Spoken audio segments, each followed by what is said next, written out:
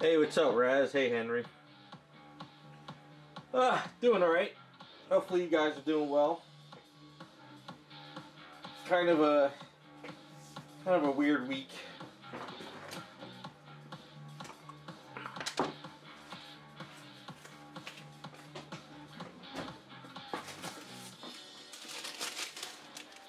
Hey, what's up, Terrell?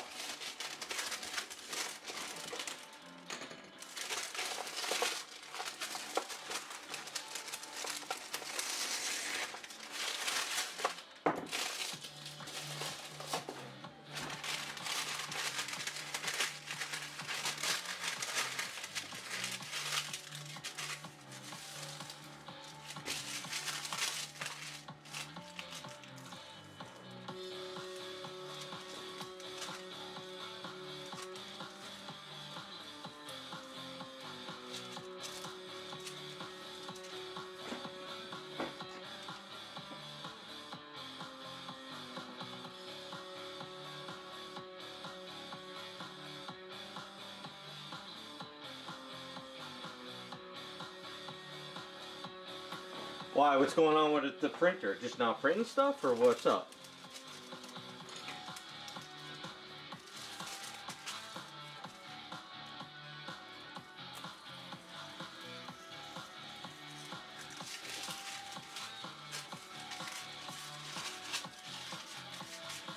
This is the damn worst wax paper I've ever had to deal with.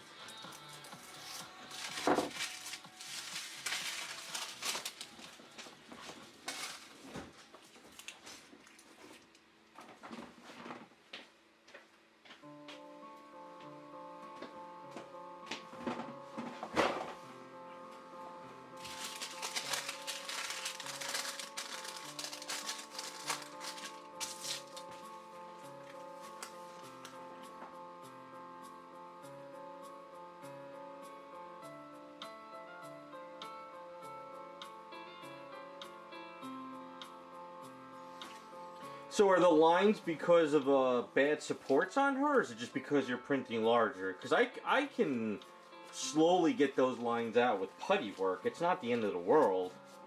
Um, so I mean, you don't have to overthink it. Unless it destroys, like if it's just lines on the body and stuff, like it's not a big deal. But I guess if it destroys the face, that's the only problem. But I don't really, for what you showed me, wasn't that bad. So I don't know.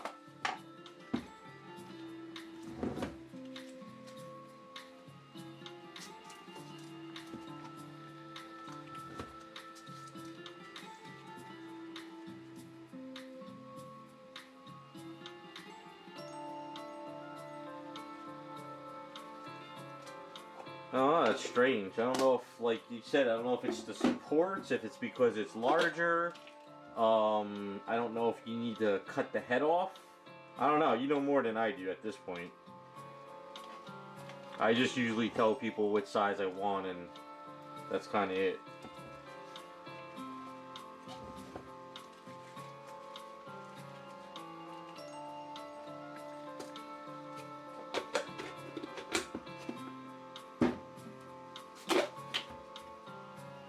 I mean, I hate for you to keep wasting material too, so.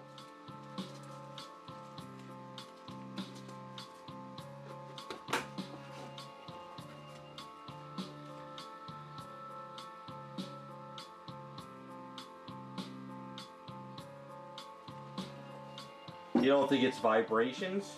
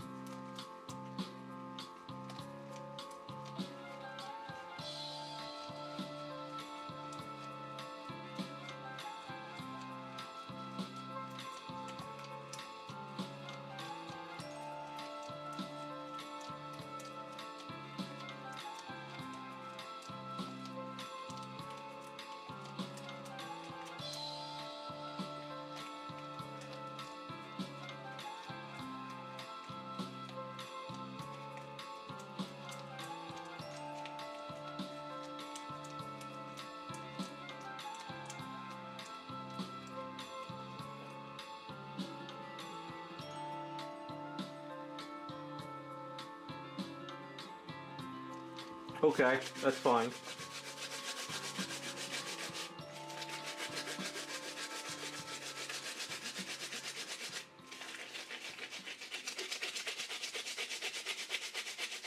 Hey Jacob,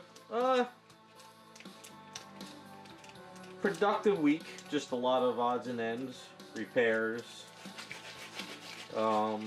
nothing like big, all the big projects sort of got finished for now, so it's kind of like a lot of little things I had to get done for people. I'm waiting for some paints to come in too, so I can finish 2 repairs. Raz is working on the Jessica prints and everything, so we're kind of waiting for those to come in. I did the Harley Quinn and the Lola sold on eBay, so that's good news. So that helps me out with everything. So if any of those people, the person who purchased those are in chat at any point, thank you. So that's gonna help fund the Jessica movement.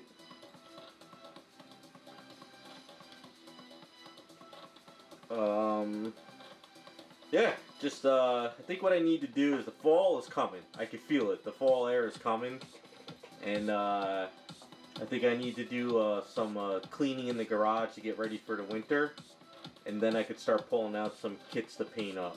I got to get the garage cleaned up to do this stuff, so I'm thinking maybe one day next week take a day off and just clean out the garage. Yeah, good week with selling, good week with getting a bunch of repairs done. But it feels like I didn't do much this week, but I did a lot.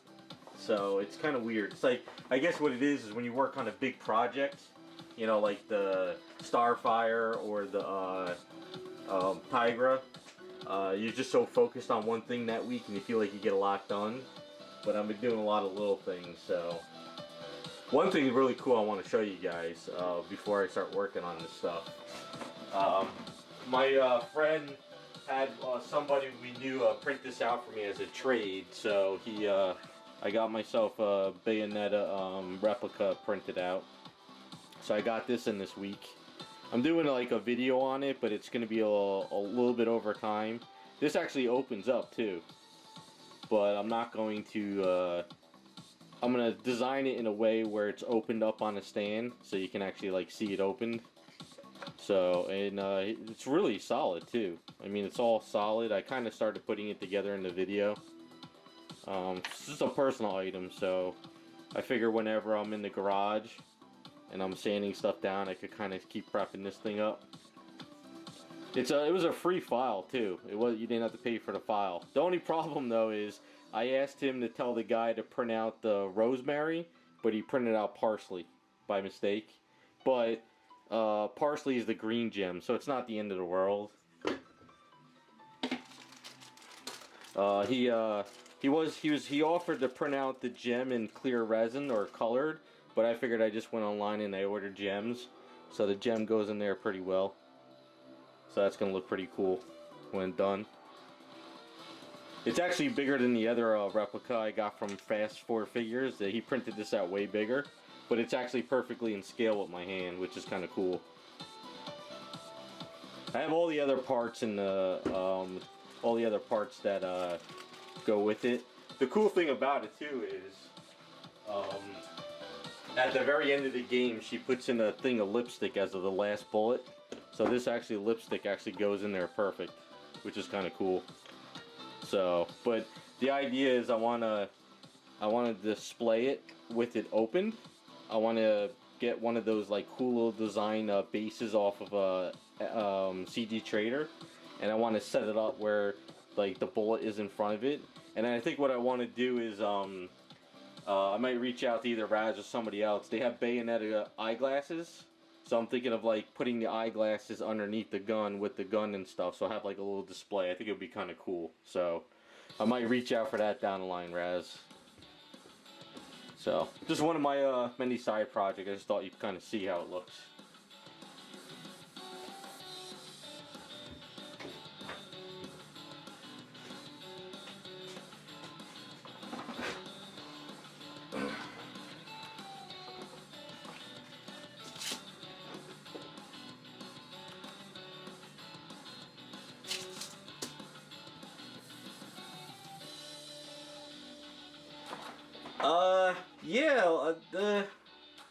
I guess what I could just do is just buy a lollipop with a wrapper and put it there.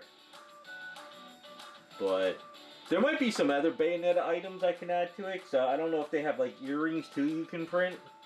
But I'll figure it out. On CG Trader, they got these really cool oval bases that have like these cool designs on the side. So I'm thinking of getting like a really good oval base and see if I can get all the elements sort of on it. I think that'll look kind of cool. So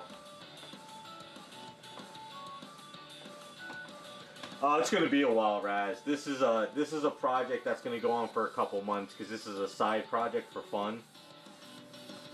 So it's like, you know, like on a weekend when I want to just kind of do my own thing. But I have I'm working on my Bombshell Flash statue. So my friend in Canada is finishing up a couple prints for that with a new head. So I got to get back onto that once I get those items on. I really want to finish that item for myself. So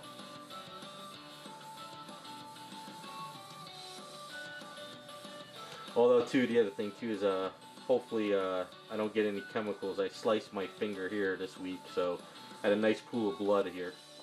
Thank God it didn't like slice it where I needed stitches. Just kind of punctured it. So that's kind of the week I'm having. So it's good things and bad things. Hopefully your weeks have been going good, guys, because I don't know, it's like an up and down week for me. Let me roll this out real quick.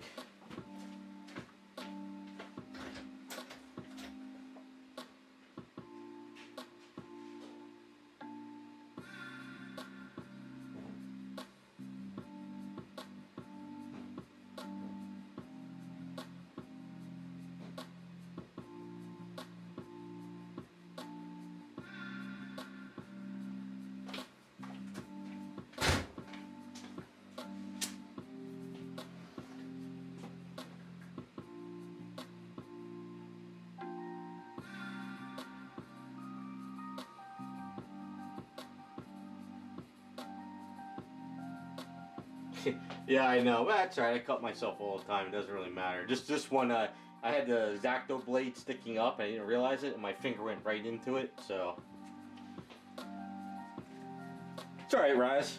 Not a problem. Just email me and I'll send it over.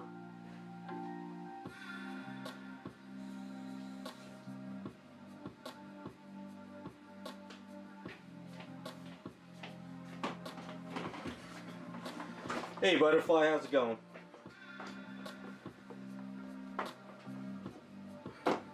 I gotta keep the X-Acto blades. I gotta clean. I gotta just clean this the whole studio's a mess. Garage is a mess.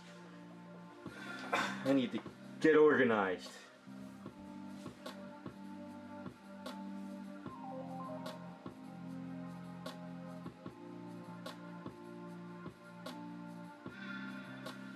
Oh yeah, the Jessica. I still got the sheet here.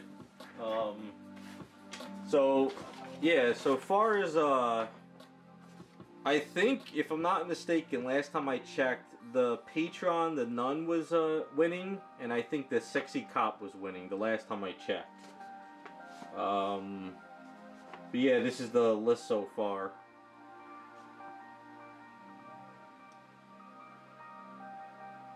So I think once I get the Jessicas in and I sort of prep them and we start, like, once I start to feel like I'm gonna really start them, that's when I'll close the polls and we'll just choose the characters and we'll start going over outfits.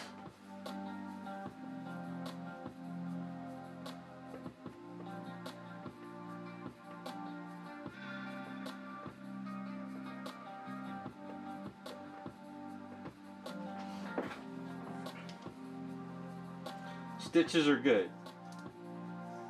Stitches are good.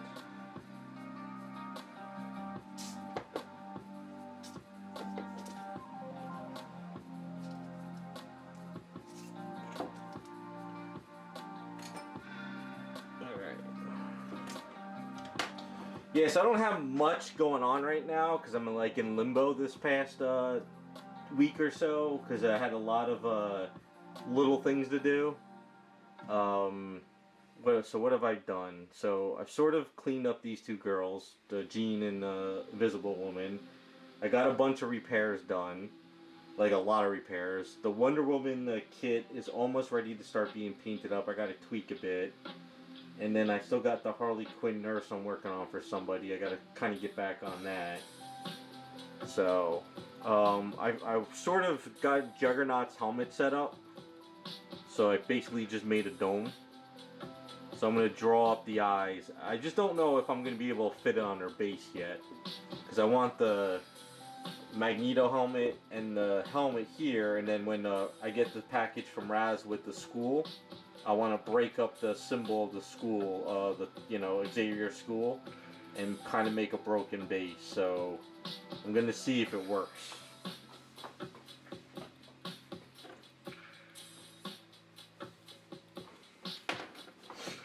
Well, this Harley should have been done a while ago, but just with the family emergency and stuff, so I'm really trying to get it done. You could say I'm sick of working on Harleys, but then again, I remind myself about the years of working for my ex-boss in the company, and I say, well, I'd rather work on more Harleys than go back to that, so it's kind of a reminder for myself.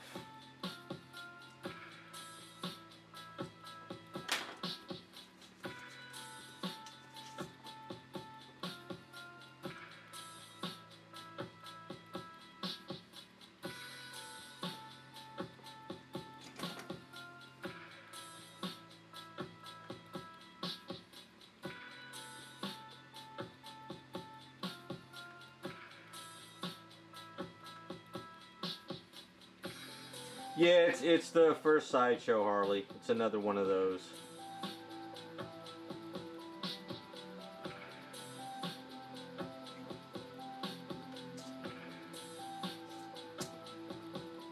I mean, yeah, I am sick of working on Harley, but it could be worse.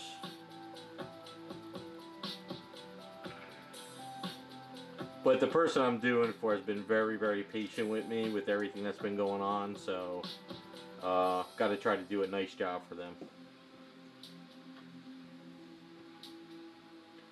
Yeah, I got it down to a science now on how to sort of clean up the booty and the legs and all that, so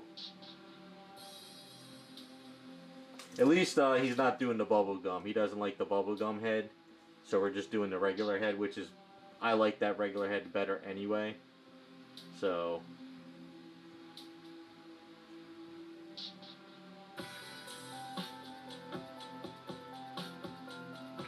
I think once I get the garage cleaned up, I'm gonna pull out a Thor kit. The guy's brother has a Thor kit he wants me to put together. So I figured if I get the garage cleaned out, I can start working on that. So that'll be like the next big kit item I'll be working on, because it's a 1/3, I think it is. Pretty big kit.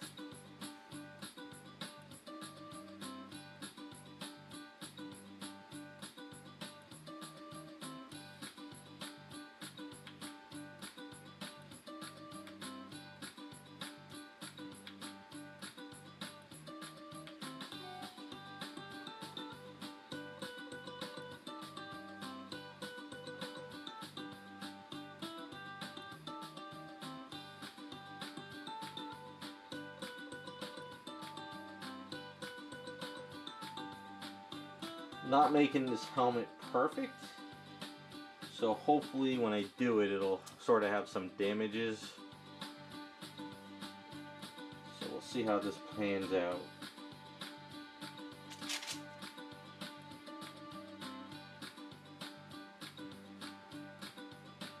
I know he's got these points around the mask area. I'll do those like later after this cures. I know the helmet's probably a little bit longer too, but it's going to be in rubble. So I'll kind of like squeeze it in rubble. So.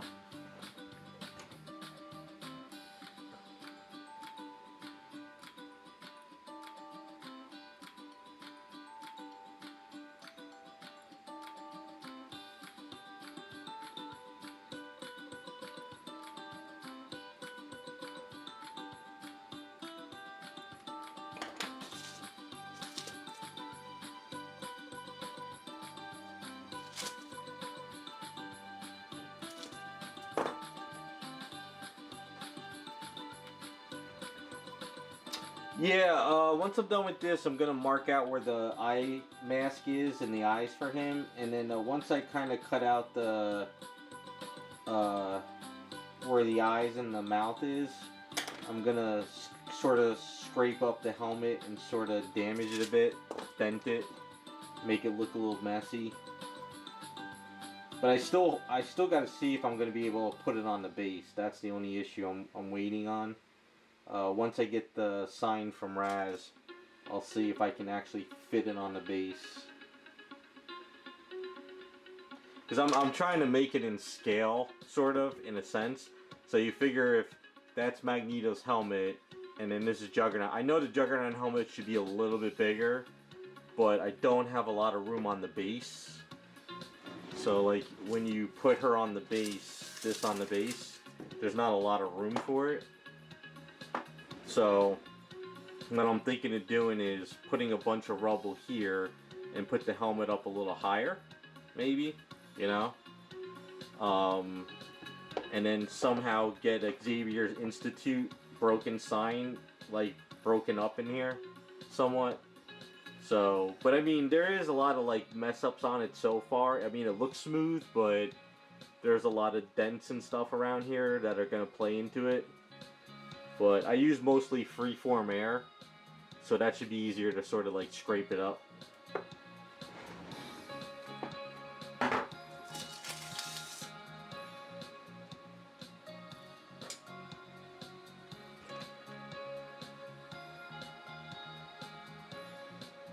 But as far as Jean goes, I just got a little bit of touch-ups to do and clean her up, get her ready for paint, and she's good to go.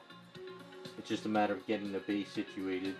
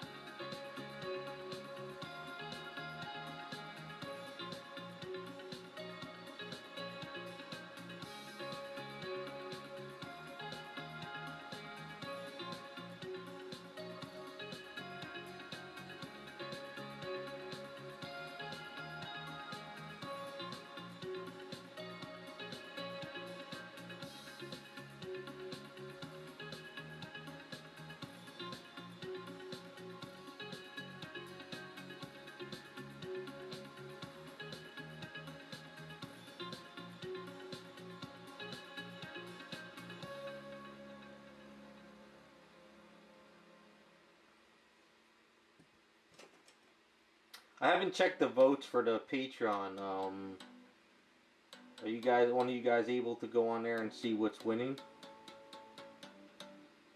I'm kind of curious where we're at with that. I think the last time I checked was Sunday, maybe? I think.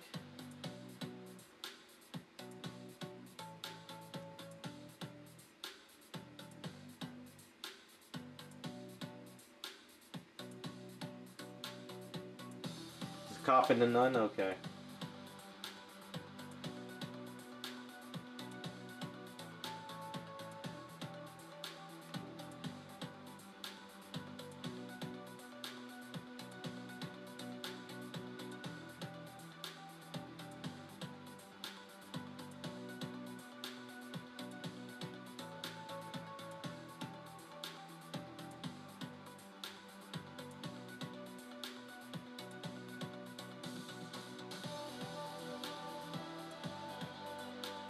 If the Nun wins, that's going to be an interesting one. That's going to be interesting. I didn't think that would be in the running, but...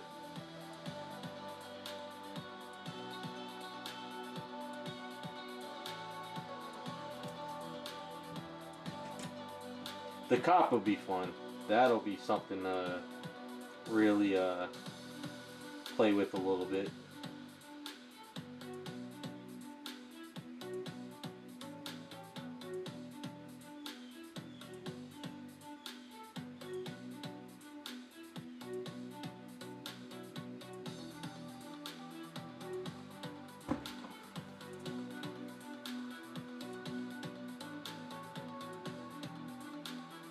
Well, it's not that it's the religious stuff too much, as I don't want to make it too, I want to make it fun, but not, creepy, I guess. So you figure, you know, instead of rosary beads, you do like a carrot bead, you know, like a beads with a carrot on it. Or instead of a cross, it's, you know, a carrot. But we can make it a little bit tasteful, not too crazy. There's a lot of different outfits out there we could kind of follow, so we'll kind of whatever.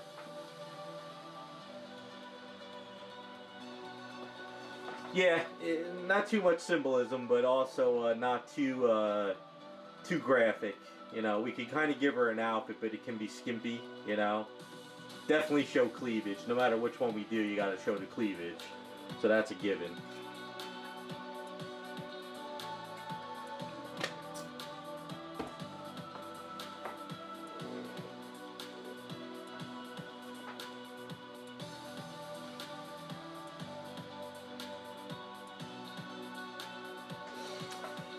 Yeah, I went to Sunday school growing up. I didn't pay attention to anything, but I was forced to go by my mother. But a lot of the nuns I went to school with, they didn't really wear black. They had the white outfits, I guess. I don't know.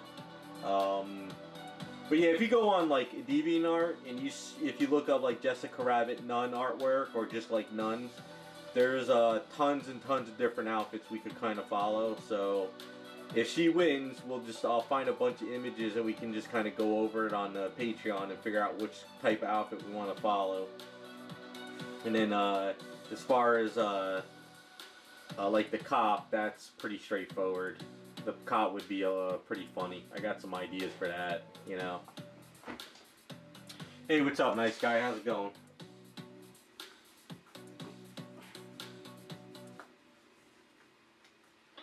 But like I said, I think out of everything so far, I'm excited to do the Star Trek version of her. That's be kind of good. That I think that outfit would be kind of cool how it'll come out.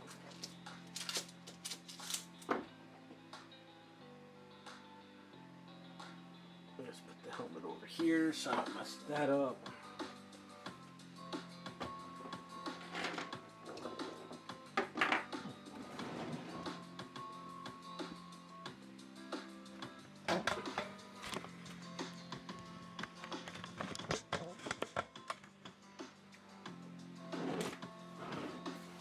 Alright, so I did go ahead and get her neck guard on the other day. I had some extra A's one night, so I kind of rolled it out.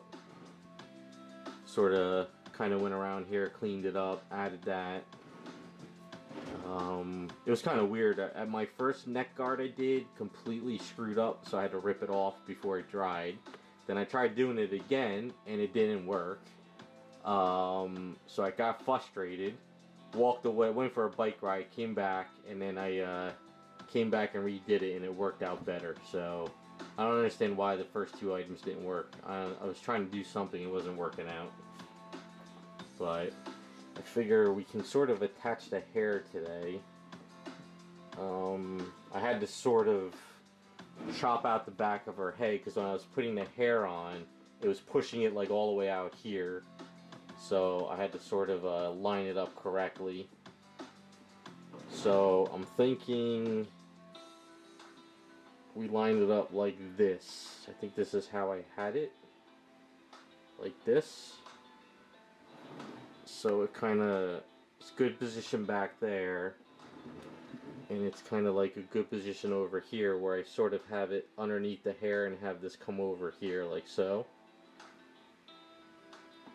So I just want to attach it for today. I don't want to sculpt the hair because if I try to sculpt the hair while even with glue and some eaves, it'll like pop off. So I'm thinking like right about, I think it was right about there is where I lined it up, if I remember correctly. Something, I think it was like right about there. I think it's, and then sort of over there. So it gives me some room to sort of get in there. So I think I had it like this.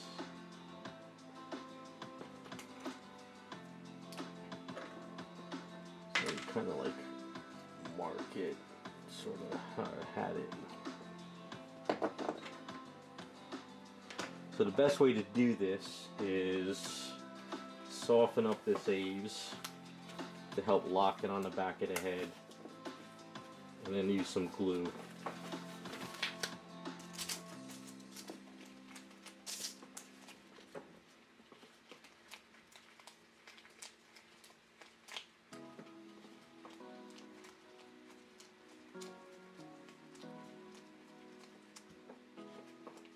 I still gotta find like a clear bowl for her base. I haven't had a chance to go anywhere, look at anything. Just been so damn busy with everything else.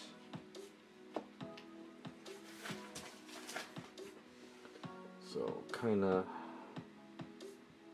squeezing on the back, sort of lock it like, sort of like right there, sort of, I think it was. Let's see.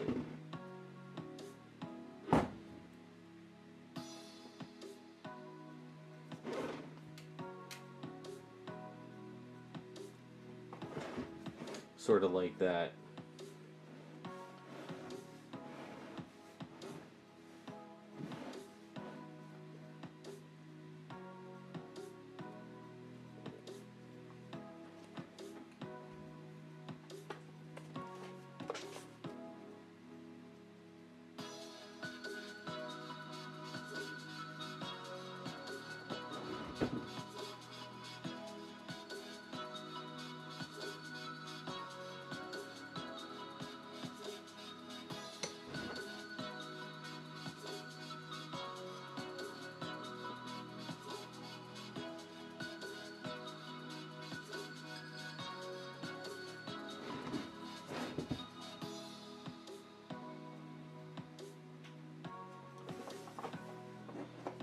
Let's try this again.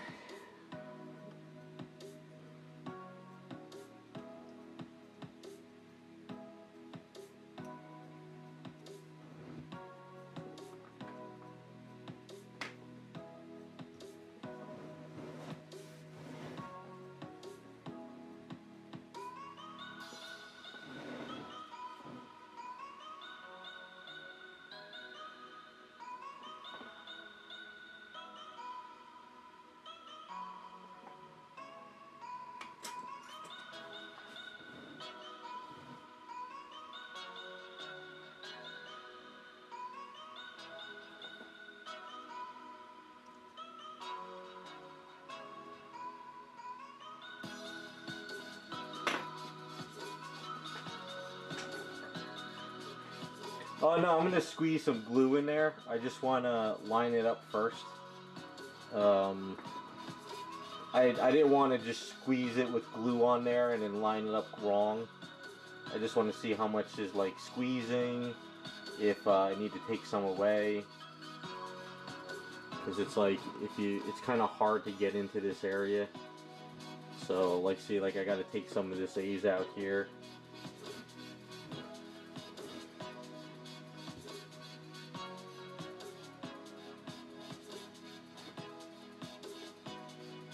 I try to be very careful when I have to squeeze with A's.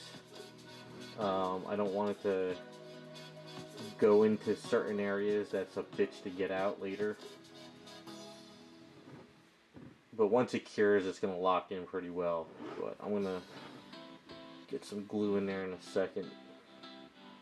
I mean, if I don't touch it and I leave it alone with the A's for the night, it'll lock into place no problem. If this hair was heavier, it would definitely like sag and cause issues. Like, you can see this in here. There's a lot of like little notches and stuff. Like, once the A's cures, it'll bond to it pretty well. I mean, it could still in theory come off, but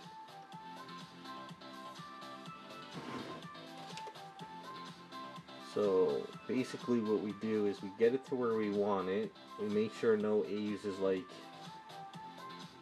going anywhere. Kind of good at the back of it. The thing is, I don't want to squeeze too hard because I could split the hair because it's glued together. So that's pretty much where I want it. Gives me enough room to sort of get in there, hopefully, and sort of get over here as well. So next, the best way to do this is get a little glue in here.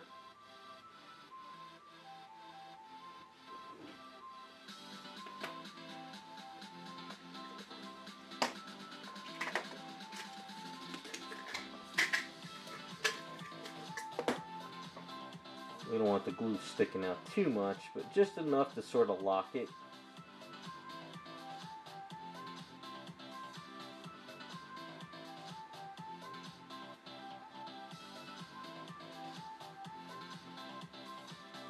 And then what we'll do is squeeze a little bit over here. And then we'll do a little bit underneath there.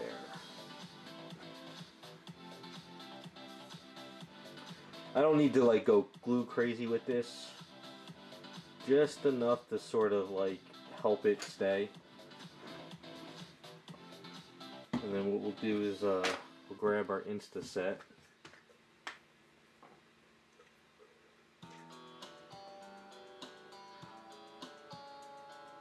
Even just some of the dampness and the fumes of the Instaset sort of help like set the glue. That's why I try to keep the glue bottle away from the Instaset. That's all you really need to do, is just to hold it in place, you know. Now the only problem though is if you try to sit there and start sculpting with it, you know, like say you want to smush some A's in there and you want to like turn the head, that glue is not going to hold it perfectly because there's some primer there and you could sort of kind of rip it off. But once that A's cures in the back overnight, you go back in there and start fixing it.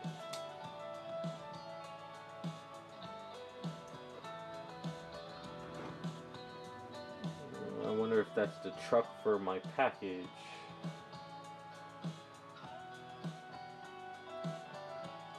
If it is, we'll kind of show you what's going on with that. Some graded books are coming in. My friend wanted to send in a bunch. So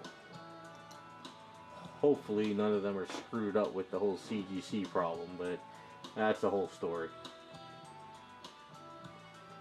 I think that's gonna look good.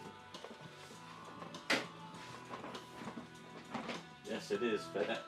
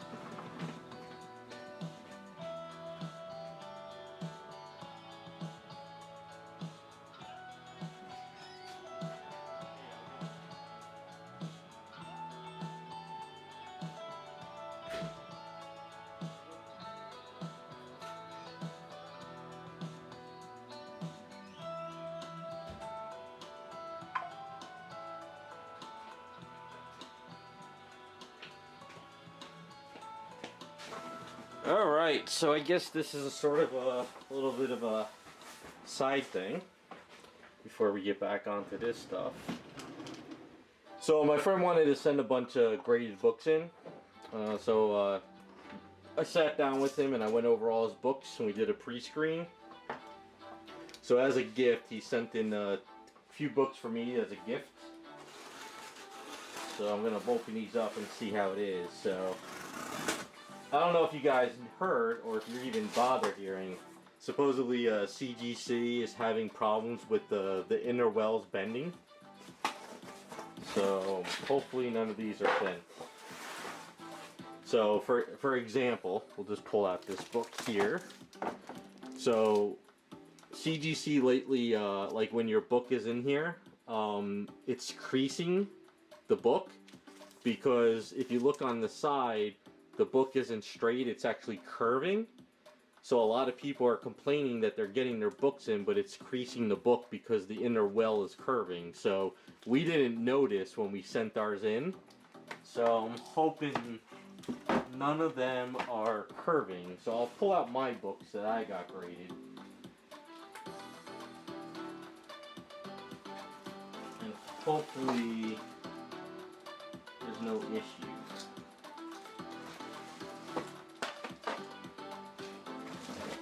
Alright, so as a gift for me, he sent in two Power Girls. It's a 9/8, but yeah, see there's a bend here, right? There's like a little nick right here. And the book is sort of curving in here. It's kind of hard to see on the side. But when I sent it in, there was no bend there. Let me see the other one. I got 2 regulars and 2 foils graded. Yeah, and this one has one as well. Yeah, see, there's like a little bend right there. And inside, the book is curving. And they claim that that's normal. I don't know, I think CGC has gone downhill.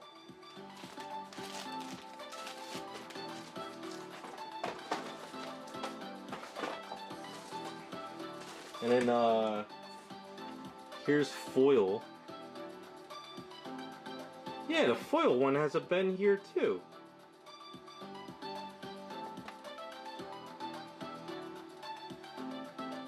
These books were mint. There was no bend on these books at all when I sent them in.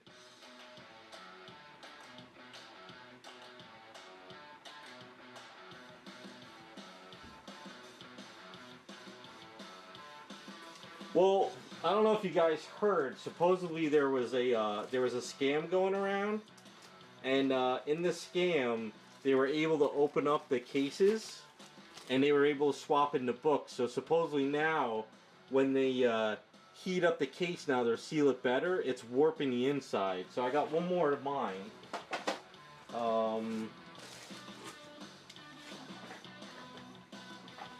Yep, and this one has a bend here too. And it's curved. It's like right there. I don't know.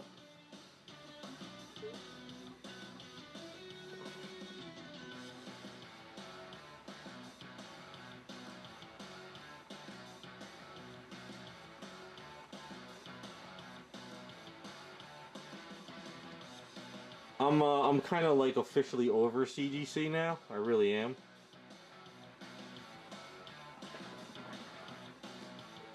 I'm really, really over them. I really, their old casing. Yeah, you can see it in the, like, there was no nick here at all. I mean, this book was like mint when I did it. So let me look at some of his books. These books were like mint. I mean, I would never have sent these in if I was never, Now, I'll say one thing. The good thing is I don't like send in books that are worth thousands of dollars. These are only for display items. So let's pull out the one book my friend really wanted. Hold on, let's find it. He's a Transformer fan, so we sent in a bunch of Transformers. Alright, so this is the one he loves. Alright. Yeah, there's a friggin' nick right here. It's right there.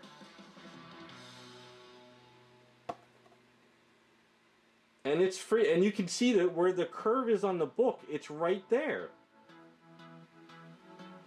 Wait a second, there's another nick. And there's one here.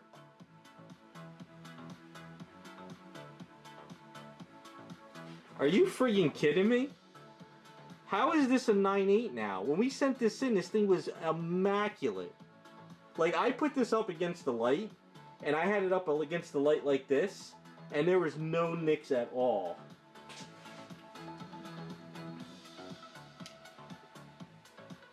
So there's one here, and there's one here. How is this CGC's done. I'm done with them. I'm absolutely done. Because my old books, my old graded CGC books, they are perfectly flat, and when you put them up against this thing, they are perfectly flat in here. These are curving inside here now. How is this a 9.8 now? It looks like somebody who pulled out the books, grabbed it from the spine, and held them. Oh, he's gonna be pissed. I'm pissed now, too. I'm going to the Baltimore Con, and I want to get a few books signed. I'm going with CBCS. My books are not expensive. I'm not grading like $1,000 books, and I'm not doing it for investments. It's all for my the display. But I feel that CBCS cases are like strong, and inside they are perfectly flat. And I feel that CBCS and the books don't move in CBCS, because if you see in CBCS they have these little like corner things. So this way, like, the corner, it comes up so your corner doesn't get screwed up. And I've seen that CGC book sort of like shuffle in the plastic area. So I think for now on, I'm just going to go with CBCS for displaying and signing books at cons. I'm not going to do CGC anymore. So let's go through some of more of his books.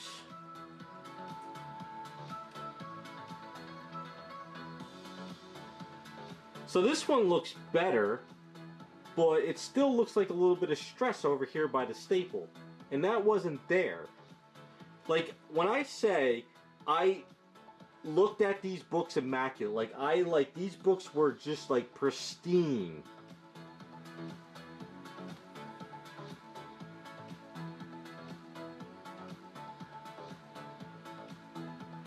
Wow, CGC has gone to crap. Holy shit. Excuse my French.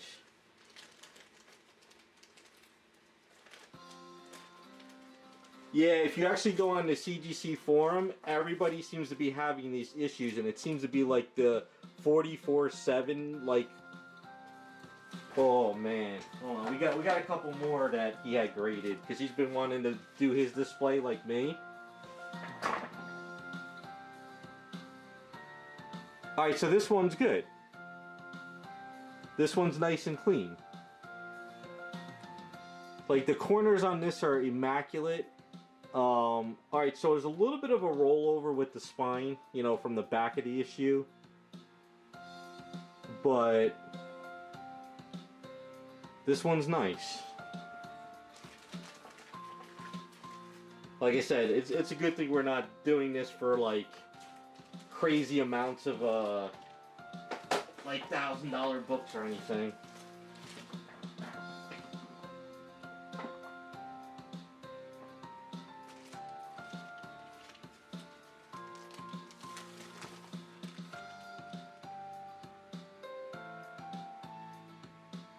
This one's good, but still a little bit of a sort of a bend here. Yeah, and this one's curved the oh shit, this one's like it's kind of here and then it curves up and then it comes down. You probably can't see it too well with the light reflection. Wow. See, alright, so I'm not doing this for money value. I do this because I like the comic book encased and graded as a display piece. So a lot of the books I have are just comics I love that I'm getting signed and it's just for display. You know, I'm not doing this because, oh, this is going to be a $3,000 book now and it's going to be worth $10,000 in years now. I'm just doing it for display because I like to have my statue and then I like to have like a graded book next to it because it's a cool display. But how are you giving a 9.8 when you're friggin' up the book all the way? Alright, we got two more. Let's see how these turned out. Oh man, I'm done. I'm not sending CGC anything anymore. Alright, this one looks pretty good. This one is nice. This is nice. I mean, this almost looks like a 9.9. I mean, it's nice spine, great corners. Alright, last one. He had two of these done.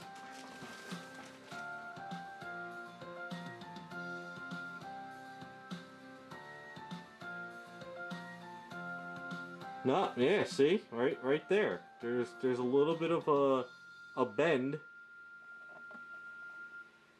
But this book is flat though. This book is nice and flat inside. So that tells me that they manhandled it. They must have somebody manhandling these books. And they have to. Like this is almost like somebody pulled it out and pulled it forward. You know, like when you look through your book in your box. I don't know. I'm done with them. Never sending anything in to CGC again. I'm gonna just do CBCS. Finish off my signed display books and then that's it, I'm done.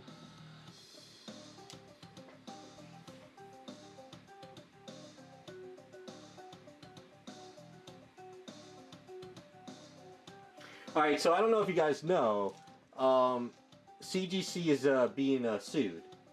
I think it's like a $10 million suit over something, and they lost. So I'm wondering if they're cutting back. And I'm wondering if they're pushing books through now, because they also did something else too, where a giant size X-Men could get a 9.9 now. So a book that's so old, that's still beat up, somehow could get a 9.9. So I don't know what I have a funny feeling they're going downhill, because now PSA is actually going to start grading books now.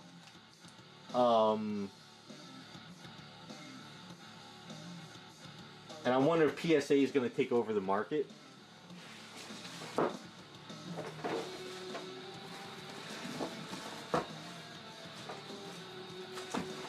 But this is crazy. Like it's a good thing I got a couple copies of these, but that is crazy that there's a mark right there. And that was not there.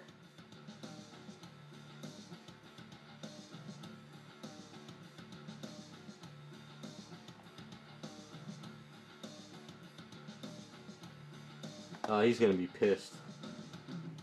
It took him a while to hunt down those, Alright, so look, see?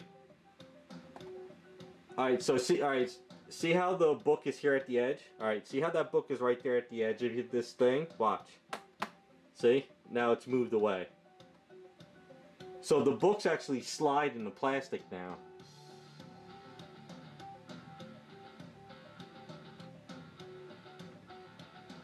Oh well, it's a good thing these are just display because this is getting bad. Really bad. Wow. I feel bad for those guys who are whatchamacallit, getting like buying like $1,000 book and they send it in only for it to get screwed up even more, and then it, you know, it's like, oh, it's still a 9.6, but you destroyed the spine, now it's more like a 9.2, you know?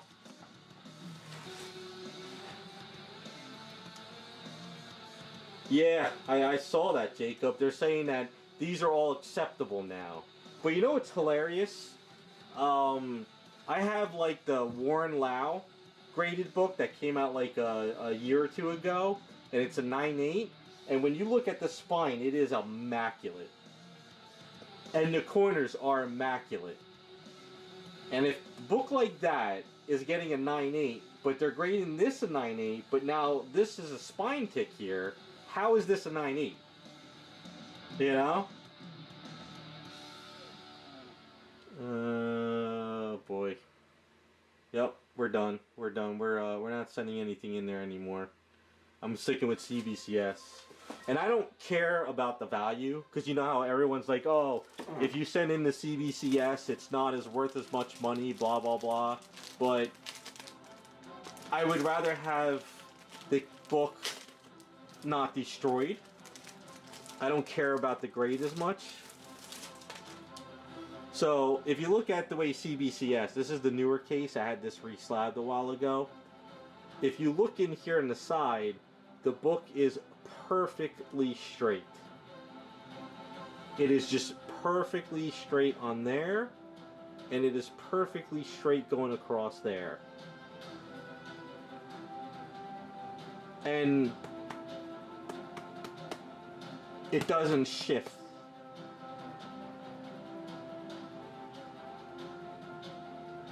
Oh, and another thing too, there's a thing called Newton rings. So you get these little like it looks like oil. And what it is it's the plastic case that the book is in, pushing against this plastic case, it creates a Newton ring, which looks like oil. CBCS doesn't have that issue, but CGC, when you have like a black cover, you'll be able to see those Newton rings more than like a regular cover. So, yeah. Yeah, we got hosed. We got hosed big time.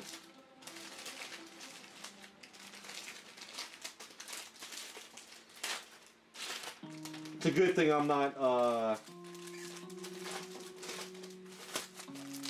yeah, alright, so here's the other thing too I'm actually happy of. I have an All-Star 58 First Power Girl at a 9.6, and I had one of the old CGC cases, and it was cracked. So I sent it back into CGC, and this was probably like about 2 years ago, to be recased in their new cases. And their thing is, when we re-slab your book, we have to regrade, so you could lose your grade. So they put my 9.6 into a new slab, and I checked the book the other day, and it's perfectly flat in the thing, and it's like, it still looks like a 9.6 and it's immaculate, so I'm happy. If I was to get that re-slab now and they bent it to all hell, I would lose my mind. Because the 9.6 is the highest grade I got, and that's really good for this old book. But, oh man, what a mess. What a mess. I'm gonna have to post my pictures on that CGC forum.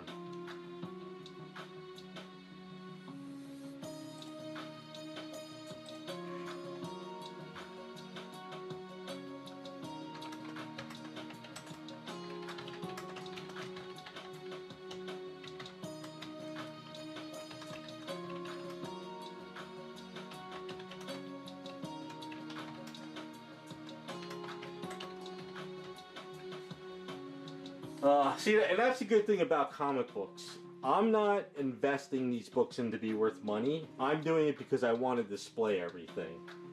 I want to display all the stuff. I just want it to be, look really cool. I want to get them signed because I like going to the conventions now. I like to meet the artists. I like to have it witnessed and signed because it feels more sentimental value with the book that it's signed and it's encased and it looks cool on my display. But I mean, what's the sense of getting it for a display if they're just going to bend it to hell in the case? So I'm gonna take some pictures tomorrow of my books and send it in. But CGC's gonna say, well, that's within our grading range now or something.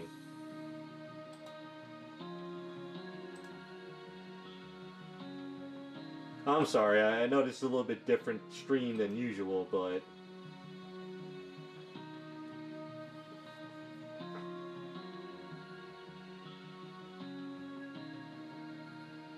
yeah, something's going wrong with CGC. It's really bad. You know what? It's gotta be the way they heated it. You know? Now, don't get me wrong. This book is not worth crazy amounts of money. It's not even a key book. It's really not worth being graded, honestly. This book is not really be worth graded. It's just that I like the cover and it looks like a cool display item, So that's why I do it. But, like, crease the hell out of it right here is unreal. So I want to get this book signed because I have another couple raw copies. I want to meet Archer at a show someday and I want to get it signed because then I want a yellow label and I want to put it up on my display. But this was also going to be put up on the display too because it's, I like to have it like just a blue label, but this right there does not make it a 9.8 anymore. This right now is a 9.6. That is no way that crease is at a 9.8.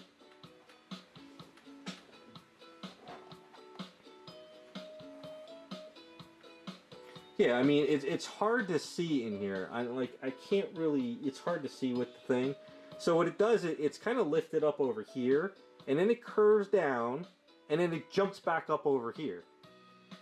And then you can tell when it jumps back up, that's where the crease is happening.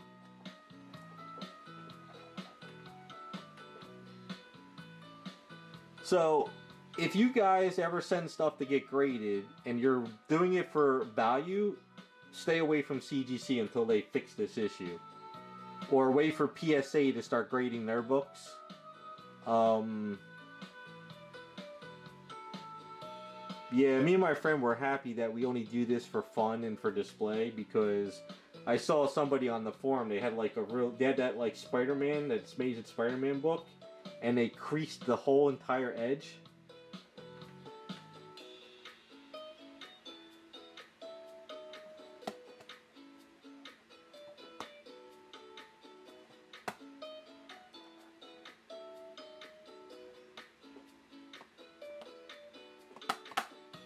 Alright, yeah, see, okay, here we go. Perfect. Alright. So you see how the book is completely flat against this edge right here? You can see it up in the corner, right? It's completely flat against this edge, right? So if you go like this, now it's away from the edge a bit, okay? So that's another problem with these newer CGCs, because if you have an older book and the cover sort of sticks to the plastic and the book inside shifts, it can actually rip it from the staples. The older books, because those staples and paper's old. This should be flat like the way they used to have it, where the book would never shift.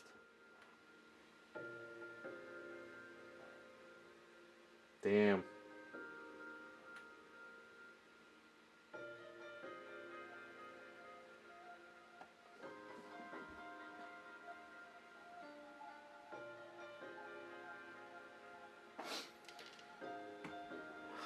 Yeah, it's funny too.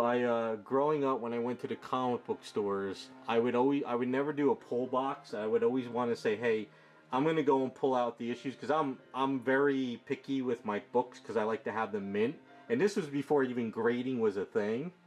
So a lot of my books are really in great shape because I just used to bring my own bags and boards, and I would pull them off the shelf and I would put them in my own bags and boards and I would buy them. So I have a lot of books that are really in good shape, but it would be scary to send these in now. Because a lot of my books I sent in over the past like 4 or 5 years for displays, they have never creased at, never bent any of them, and all of a sudden now they're doing it.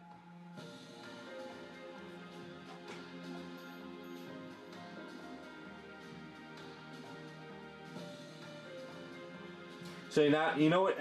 Now Jacob, now you've been reading that forum a little bit. Um, it's going to be scary now for people to buy books, and that's going to hurt resellers because people are going to look at the numbers now and they're going to say, oh, if it's 44/7 or around this era of numbers, all the spines are bent, so nobody's going to want to buy those books from people now. Oh man, it's a good thing we didn't notice when we sent it in. It's like after we sent them in and CGC got them, we found out about this issue. Because I saw, like, if you go on YouTube, there's like 3 or 4 videos on this now.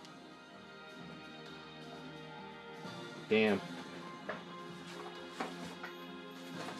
And we did a pre-screen too. We did a pre-screen, which means you send them in, and if they're gonna hit a 9.8, they grade them.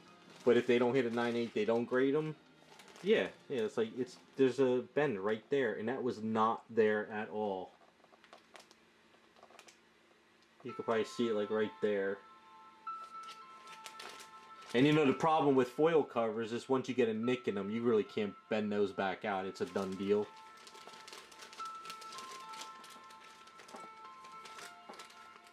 And yeah, the sad thing is, this was all done for people to say, oh, well, it's a 9.8, I can buy that book and I know what it's worth, instead of sitting there buying a raw off eBay, and then when you get it in the mail, you realize the back cover was ripped off, but they didn't tell you that in the auction. But, oh well, I'm glad I didn't do anything expensive this time. At least this could go on the wall and I can enjoy it,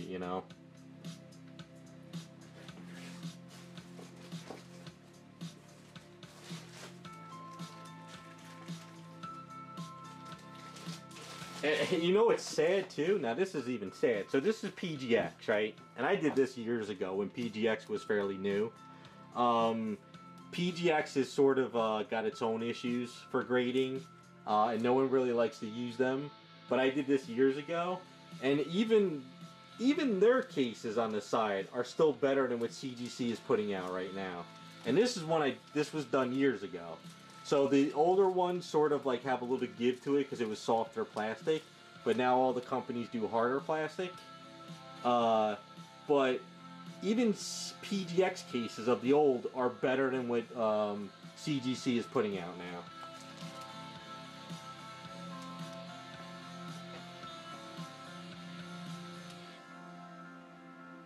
Well, here's the thing. From what I understand, if you complain to CGC about those the bends, they claim they will either reholder it and repress it and do it as a mechanical error. But I saw people who did that and they screwed the book up even more. See, I don't trust CBCS or CGC or PGX to press my books. You would want to go to a comic book presser that does it professional and press them. But oh man, what a mess. Wow. I was hoping we didn't have these issues, but we got these issues. You know what? I'm gonna go grab a newer book and I'll show you like how it looks. Let me go grab one.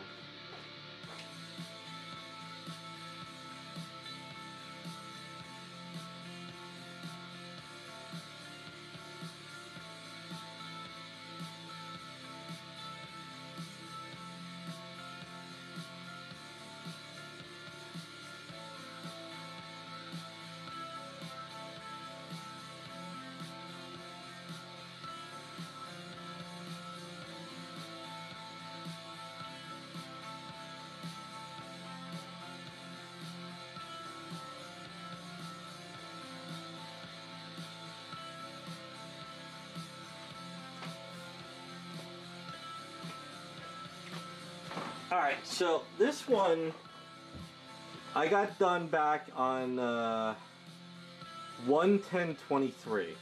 January? I did this in January?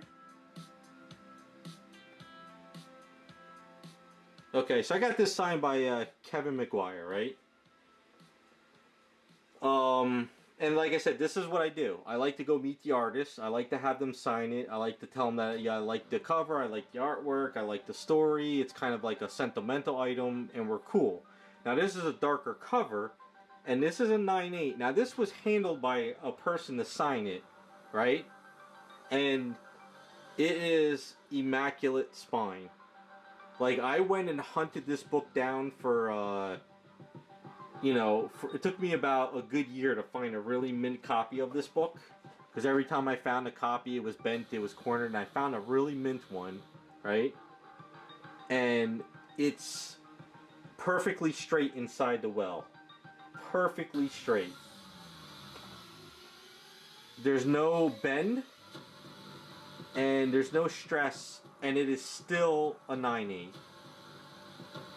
So something's going on.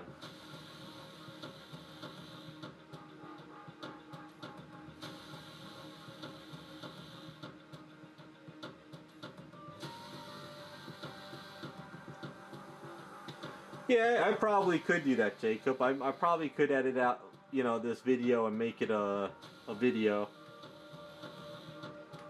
But yeah, this was done back in 2023, and it's perfectly straight. I mean, it's like, it is perfect. You know? And if you think about it,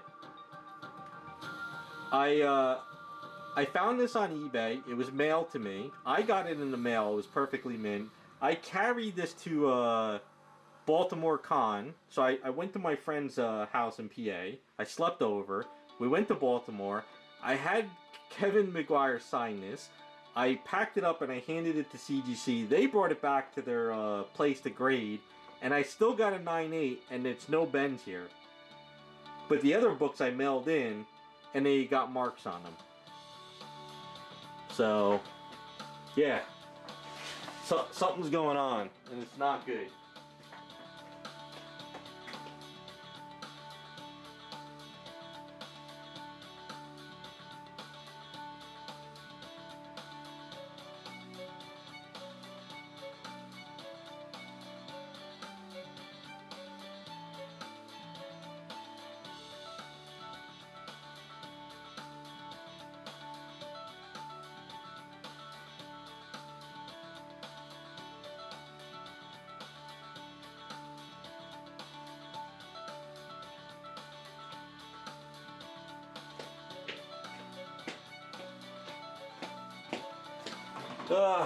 Alright, well, I think I'm gonna do that, Jacob. I think I'll take the live stream and download it, and then I'll edit it out, and I'll post a video on it that my inner wells are bent.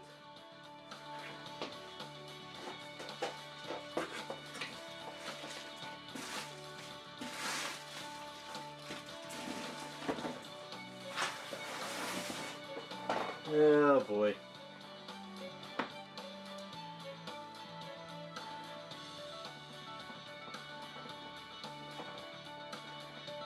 Yeah, it's pretty sad, man. I really had fun doing this. I liked going to the shows. I liked getting the book signed. I liked sending them in. It was kind of like my display is coming along really cool. I'm hoping to do like an updated display, you know, by Christmas time to show you guys how things have been progressing in there. But now, you know, I'm gonna have to go with CBCS when I go to Baltimore.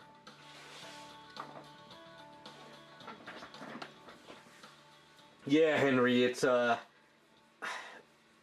think with the super expensive books, I would really be scary to send them in, because, you know, I was so worried when I sent them my 9/6 Power Girl to get regraded. I was like, oh my god, if that bends or tears, or they bend it or rip it, I'm screwed.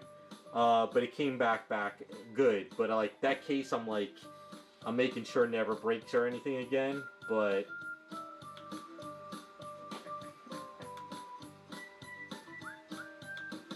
Yeah, maybe I'll do that, Jacob. Maybe I'll do a video tomorrow. You know, I'll get some coffee, I'll sit down and I'll kind of go through everything. I'll grab a couple examples from my case, you know. Man, it sucks. Because I wanted to get 2 books or 3 books signed by Adam Hughes in at Baltimore, because I got those reprinted foil ones for my display. The Catwoman and the Supergirl. And then I wanted to get Mark Waid to sign my Kingdom Come book for my display. But yeah, I'm gonna go with CBCS now, because if they might be harsher with your grades. I don't care if the grade is a 9.6 or a 9.4 or 9.0 when I get it signed. But I don't expect the case to destroy the book. That's the problem. If that makes any sense.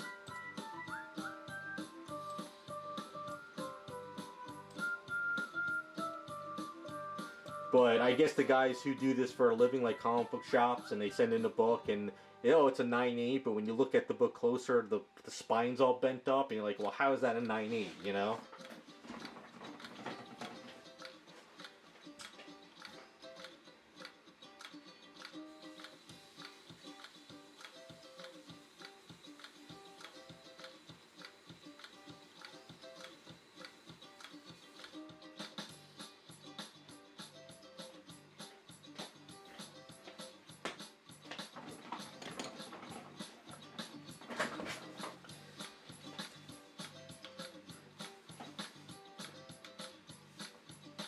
Yeah, I'm going to contact CGC, and I'm going to show them what's going on. But from what I understand, they say that that's part of their that's acceptable now. Like I don't understand how it's acceptable. You know? How is the book inside your case bending acceptable?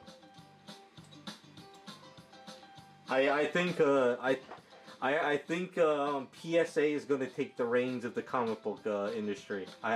Because PSA said now, when you send in the book, so say you send in this book and it's, you know, it's mint, it's perfectly mint. They pulled it out of the box.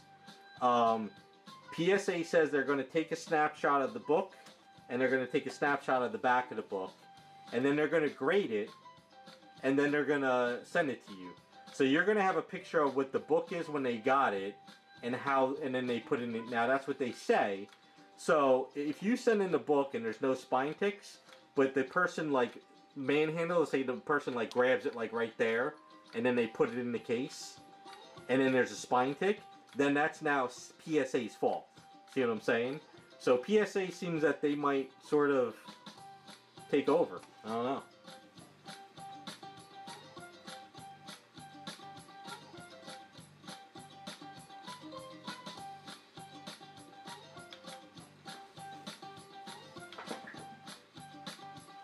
Yeah, that hard guy. Yeah, I wanted to.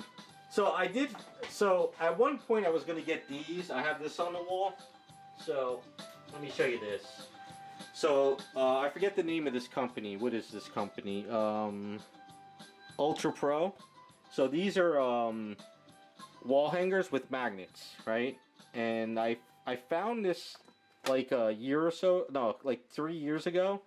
So you can pull out the magnet and you can swap your book in and you can put this back on.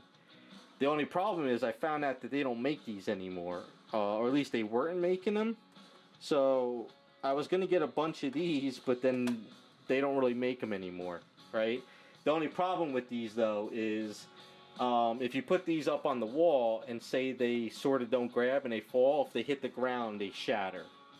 So I ordered a pack of these like I think it was 2 years ago, and when they came in the mail, they were all shattered up the edges, so I had to get a refund, and then after that, I couldn't find them anymore. I do have a 3-pack left, but I'm going to be putting that on the side of my old Besta, but the only dangerous thing with these, though, is, like I said, if they fall, they crack. But these are cool, though, that you can just, like, swap out the book real quick. So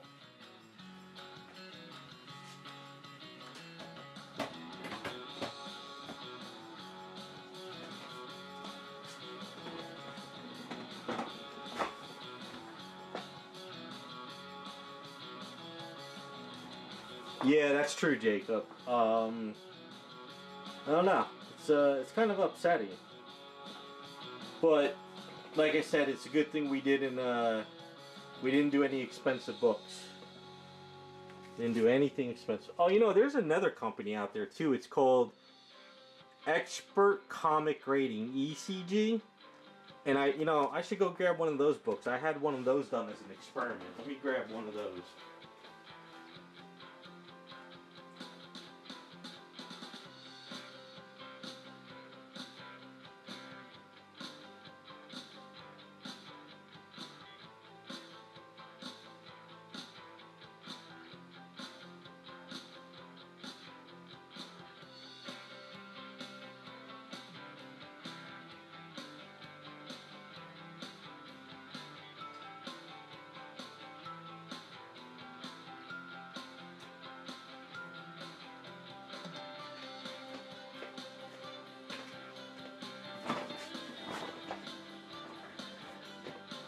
So this is called ECG, Expert Comic Rating.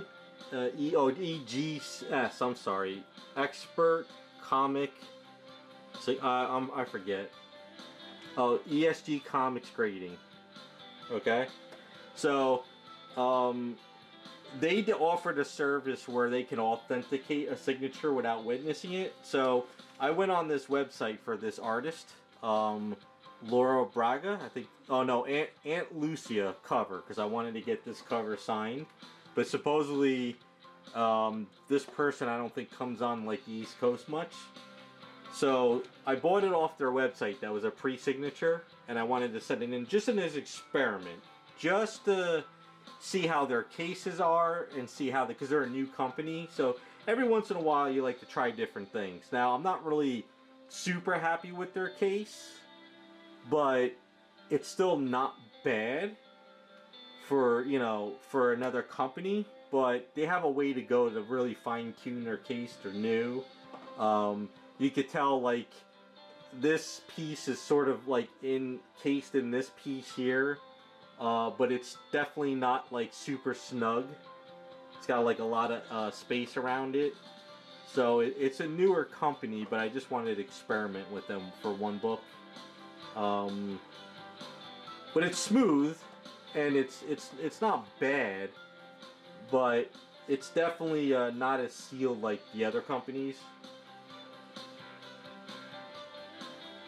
But it's fun to experiment once in a blue moon, just to try different companies and see what they can do. But so far, I think CBCS has the best cases in my opinion. So I'll have to include this in the video too. But yeah, I think I'll do that video tomorrow.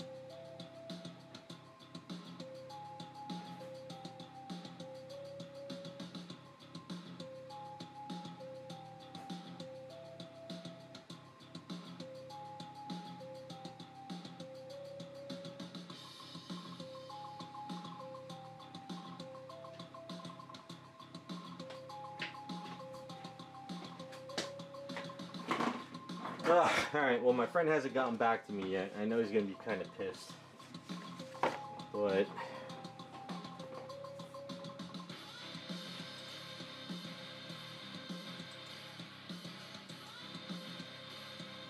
oh, and the other thing too though, FedEx with the signatures. The guy was actually gonna leave it on my front porch and not even let me sign the thing. Like, I don't understand what's going on with CGC and FedEx. You're supposed to have a signature for these books, otherwise they're supposed to take it back. Like when I left and went outside, he was walking back to the truck and I was like, should I sign this? And he ran over to me real quick and he had me sign it. He was just gonna leave the box there with a fake signature. So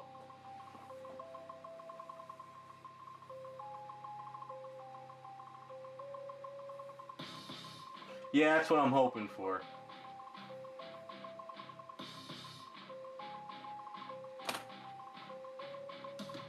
You want me to pop it out real quick? Yeah. Hey, what's up, Raccoon? Yeah, you missed my my little spiel of CGC crap.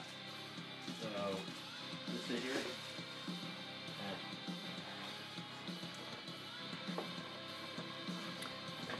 Yeah, so you can see the nick that they did. Let me see if I can get it in the camera.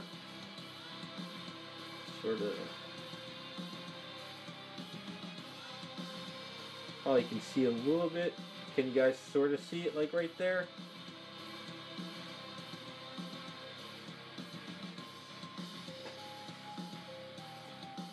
Yeah, so this is 44.7. So you're saying anything from 43 up is probably damaged goods?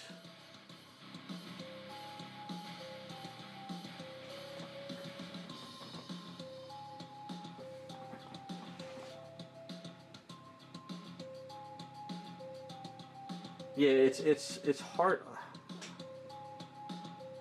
It's probably hard to see because of reflection. So this is curving, and then right about there, where that spine tick is, it curves up.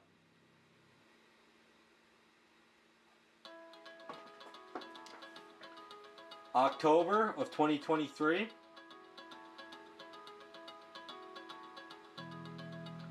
Did I get anything? I sent in a couple books to get signed by Jeff Johns, but that was last year, so I think that was before October, November. You know what? I'll go grab one of those Jeff John books. Hold on. Let me go check real quick.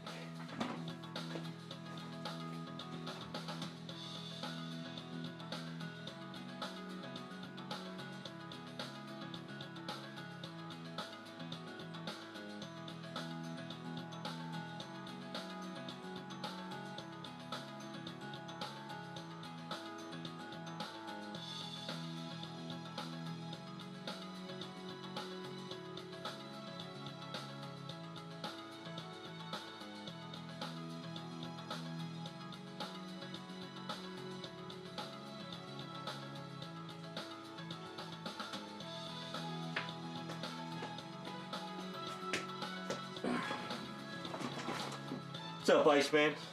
Alright, so here we go. I had this done back in 10/10/23. So this is 43.1. Alright?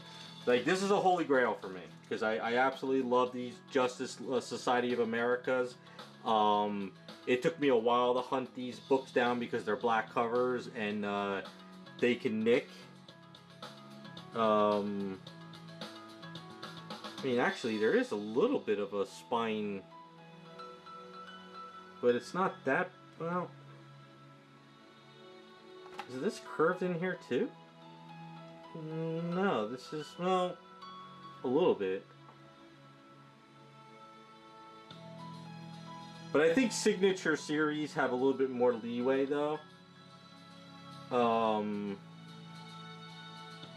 Yeah, there is a little bit of a bend here and here, but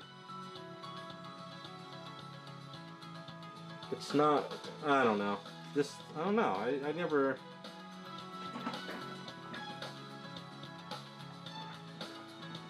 But I think this...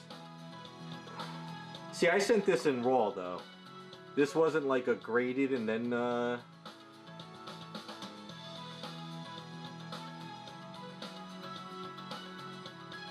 I'm not really sure about this one. But I know Signature Series are different grading system because the artist has to handle it. I have one of these graded at a 9/8, but that's not signed. I could go grab that one.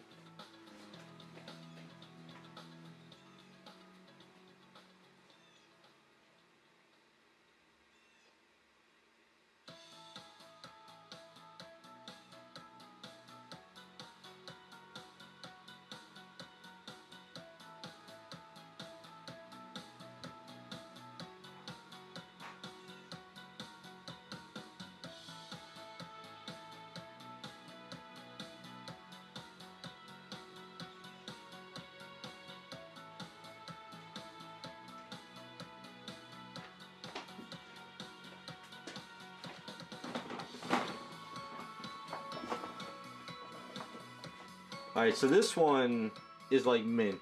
There's like really no spine ticks. There's a little hair inside the somewhere, but this is like there's no nicks on the spine.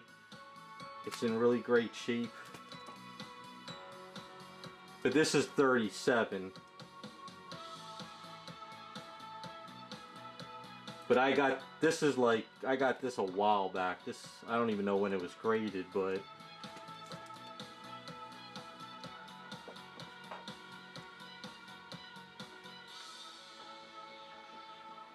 well, yeah, like I said, it's a little bit of a different stream tonight. I don't really have much to work on anyway, so it's kind of comparing some of my older books to the newer ones. See, black books are very hard to, like, you know, get a good seam here because, you know, they can mark up very easily. Same thing with white covers. But this thing it's like perfectly straight in the case. I'm not seeing, there's one little tiny little stress mark, but it's not a nick. It's just a little, but if you compare them, this one's got a little bit of a nick, but this is a signature one, so. But this right here, that doesn't make any sense at all, that nick there. That's just mind-blowing to me.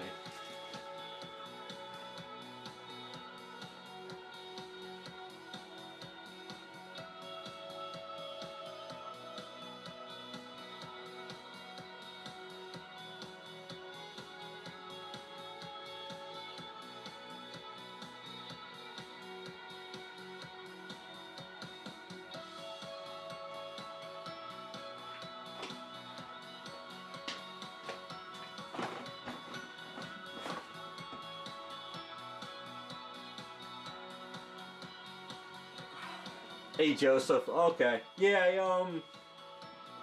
I don't know, like I said, I don't really want to hang them on the walls.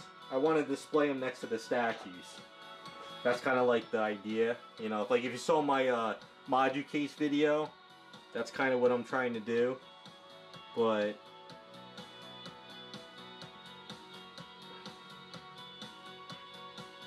yeah, I don't understand what happened on these. And I pack these books really well because you know, packing statues, I'm very, very overpacking when I send stuff out now. So I put like, what did we send in, 11 books? So, you know, I put the book over, I flap them over, I put like 5 books together, and I packed them up in the box, and I wrapped that in bubble wrap, and I did the same thing, and I put those comics in the bigger box, and I overpacked them, and still somehow they managed to do that. So yeah, CBCS is the way to go now. You can hear it too. Here, I'll hold on, let's turn off the music real quick. Alright, you can hear it move in there. That's the inner well moving, but still the comic book is moving in that plastic piece. So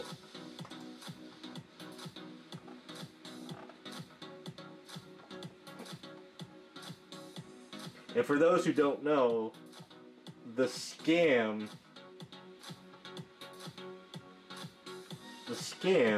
was they were able to sort of heat up the pegs here, and they can open up the bottom part of the case. They could slip out this sleeve, and then they could do is they could take a worse comic book, throw it in the case, and then put the peg back in and seam it back up with like sort of like this glue. And they were selling the item, and you weren't really getting the book you were buying. And then people would take that book and resubmit it, and then they would flip it. So people were doing that scam on eBay. So we don't know how many books were going, but I can say nobody's going to waste their time on a $5 book like this to do that. They're going to do it with a giant size X-Men, a first appearance of Wolverine. You know, they're going to do all that effort for an expensive book, but for a $5 book, they're not going to go crazy like that to do it with this. So I'm not in that group of people. I'm just buying stuff for a display. And I buy stuff that I love. You know, like the old Justice Society stuff, the All-Star books, stuff that's really not worth that much money, but it's stories I love and I want them displayed. So,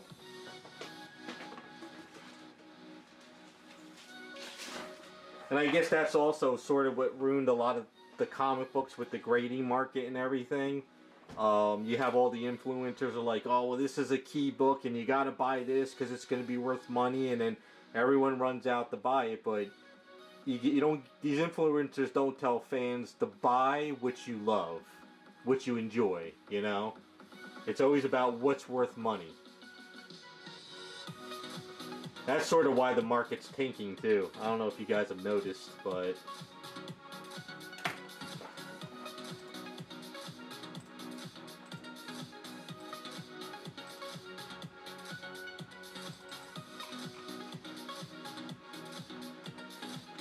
And I'm not saying, you know, not to collect because of money. I mean, if you like collecting, you like making it worth money and this and that, then that's fine. It's just that the influencers don't really tell people to do what you want.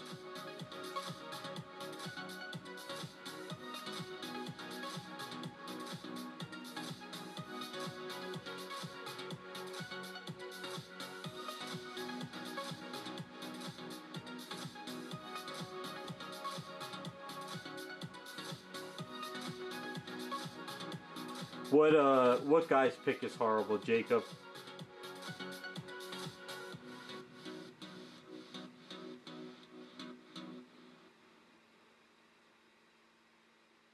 My friend still hasn't gotten back to me. I wonder if he's crying in the corner somewhere.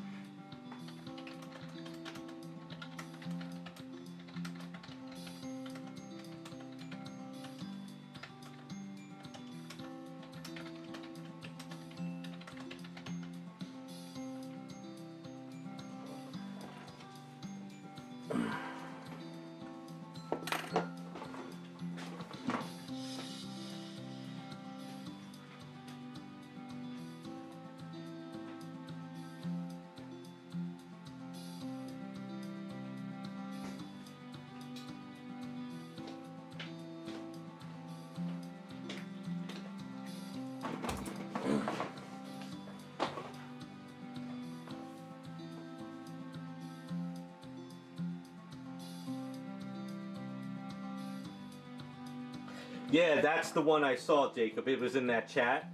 Yeah, I feel bad for that guy because you could see how bent to hell that is, you know?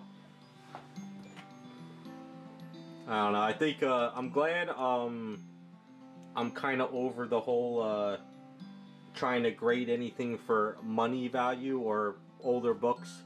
But my stuff really isn't really worth that much. I'm just going for signature stuff now. That's all I'm doing. Baltimore Con, I just want to get a couple more graded. And then once I get the last couple of these books signed, I'm going to start doing sketch covers. Because I think I got like 20 copies of the blank Power Girl cover. And I want to just start seeing, like, over the next couple years, find a couple artists at the conventions and commission them to do a sketch cover for me. So I got all my JSA, my All-Star books graded and signed pretty much, and I'm kind of like running down to the last couples that I really want graded and signed, and then after that it's just sketch covers. So that's kind of the goal for now on. It's just fun to me and my friends, you know, we get together, we go to a convention, I get to meet the artist, we hang out for the day. It's a little bit more sentimental and fun, but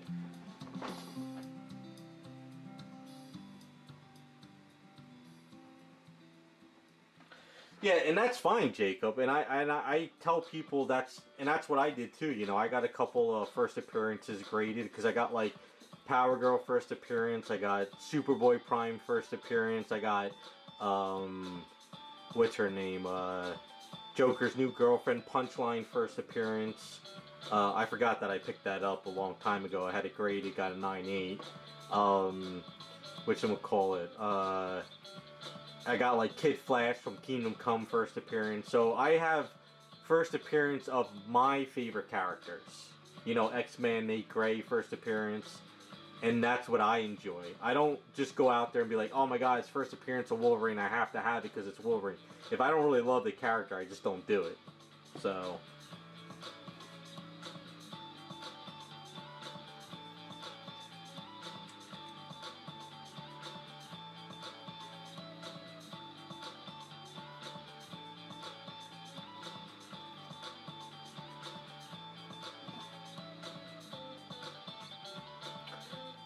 But like I said, anyone could collect the way they want, and that is perfectly fine. It's just that if CGC is going to bend the hell out of your books, it's not worth it anymore.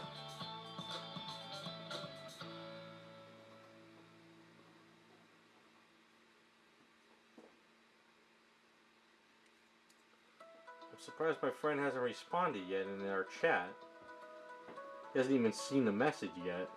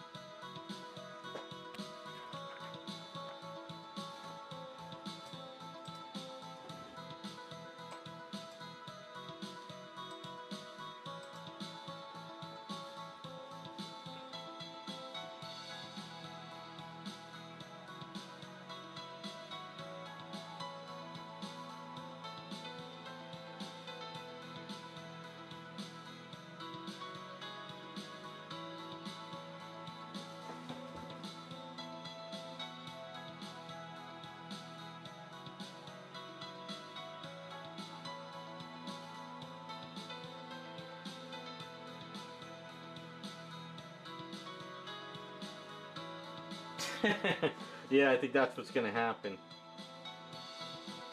Well, if you read that one thread that you were looking at, what people are gonna do now is they're gonna go on like eBay, and they're gonna say, "Oh, well, that's 44.3 between and then 50," and then people are like, "Well, those books are all bent, so they're not worth the money that you're claiming to be."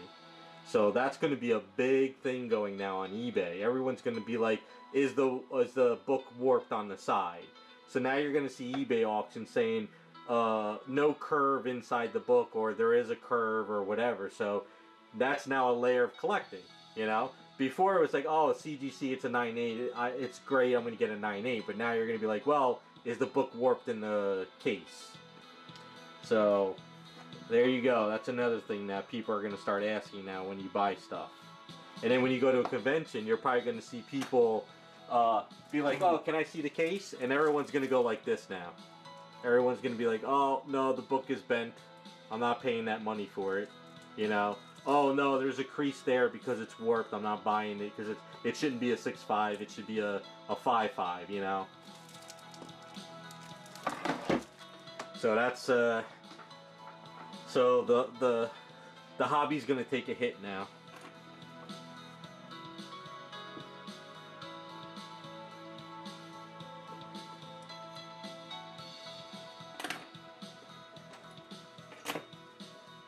I tell you one thing, man. Ever since the influencers got into the whole comic book market during the lockdowns, I think it really did sort of kill a little bit of the collecting.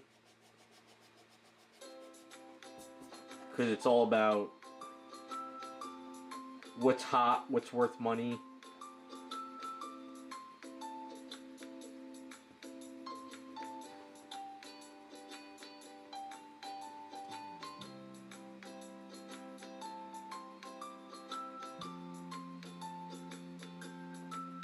I don't know, what do you guys think? Do you think it doesn't affect you, or you not give a crap?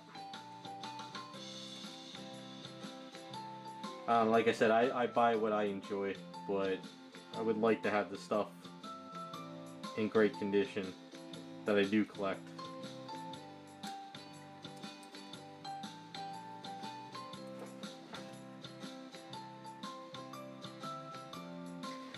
That's a possibility, Jacob. People might be like, "Oh man, that's back when the cases weren't bent, so that book is good, so that might be worth more." So, for instance, like say first appearance of Wolverine, that's a 9.0, and a first appearance of Wolverine, that's a 9.0.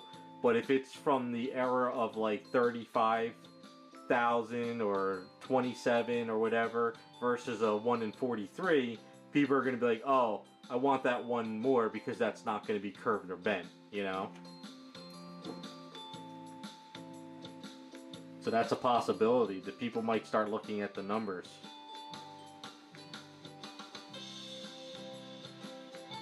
Or what might happen is once PSA starts accepting books, you might just see all these CGC books starting to dry up on eBay, and all of a sudden all the PSAs, because people might crack them open, they might repress them, and they might send them in the PSA. So, like, just for example, right? This All-Star. So this has got a bunch of spine ticks, but that's okay. It's an older book, it's at 6.5, blah, blah, blah. But if you have spine bends, but that doesn't actually break the color of the book, you can press that out and you can resubmit it.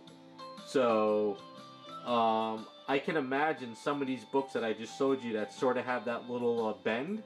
People might crack them open, they might press out the book, and it might send them in the PSA. So, and that's the only problem with the census from CGC.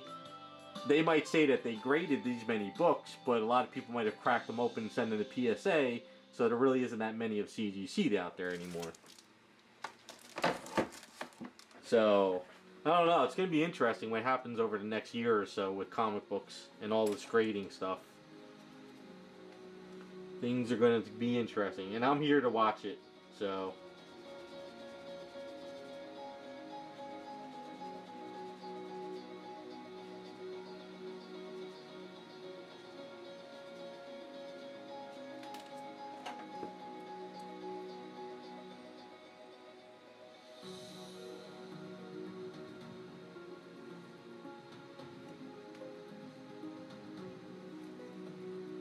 I don't know, a little bit of a different stream tonight, huh?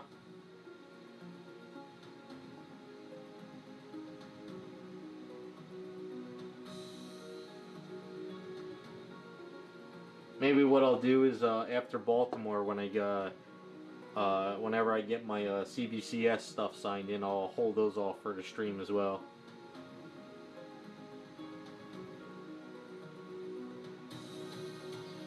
But that's going to be way down the line. Yeah, it's a little bit something different for once. Like I say, I'm into comic books. I like to collect my old comic books. I like to go to comic book shows. I like to get stuff signed. So I'm just kind of showing you guys a little bit of a different part of the hobby, I guess.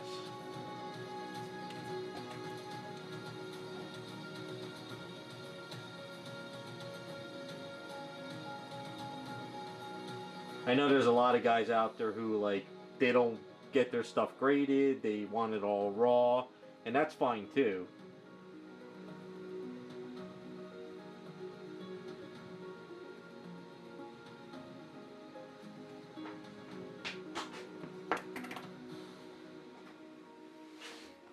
Yeah, I'll have to do that. So like I said, I'm going to Baltimore. Going to get 4 books signed, or 3. I'm not sure yet if it's 3 or 4. Because I don't want to get too many signed. I'm just getting all the books that I love, the stories and the covers of back when I used to go to the comic book show. So the reason why I'm getting the Adam Hughes ones, it's the one where Catwoman is holding up the... Actually, I'll show it to you. Screw it. I'll grab it.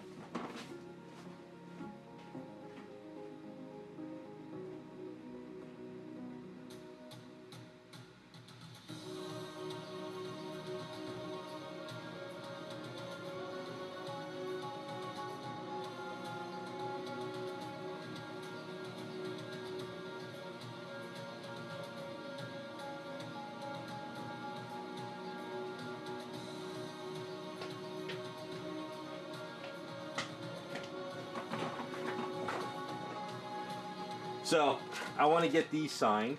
I've always loved this cover, and I do have this cover as a 9/8. I bought it back when it came out in I forgot when they came out, and I sent it in to get graded, and this was a few years ago. It came back as a 9/8, and they did a foil cover, and I picked this up at a comic book show I think a year ago. So I want to get this one signed because the one that I have graded I don't want to crack open because it's more of a sentimental book.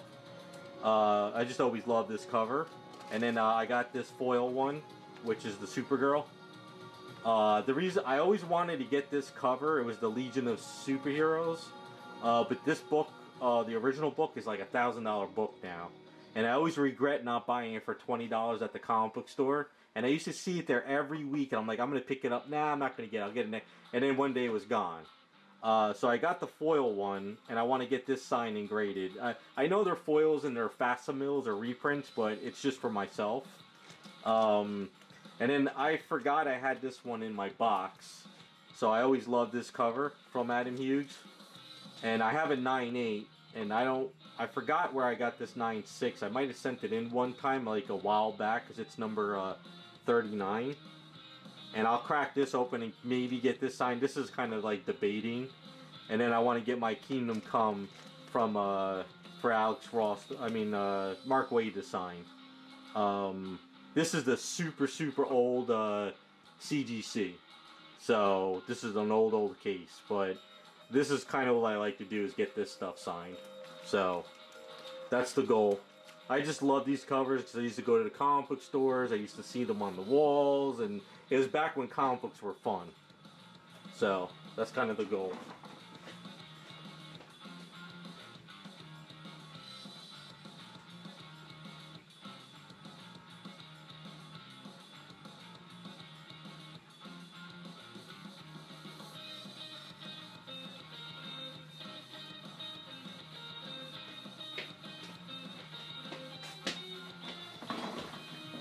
Yeah, Juggernaut is for the Jean Grey base. So what I'm trying to do is put his helmet and then also Magneto's helmet on the base, like it's she's kind of fought them. So kind of working out the idea for her base.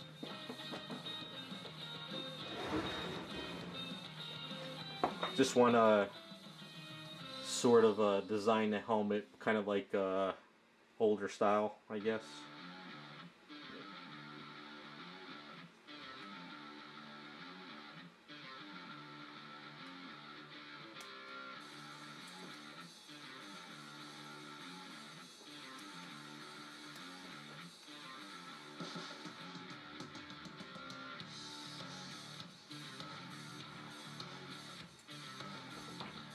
And then what I'll do is I'll put like rivets or sort of like circle things on the sides here, going around.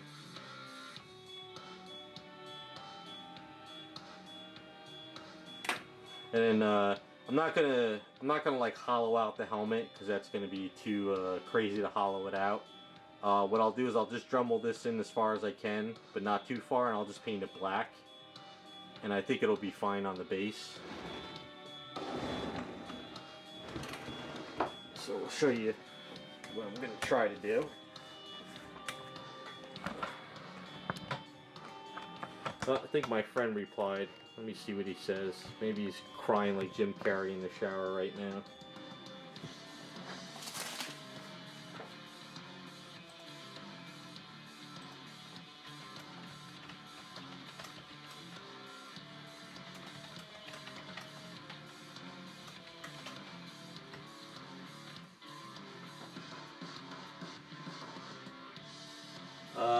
Yeah, he wants to know what's going on. I told him after the stream.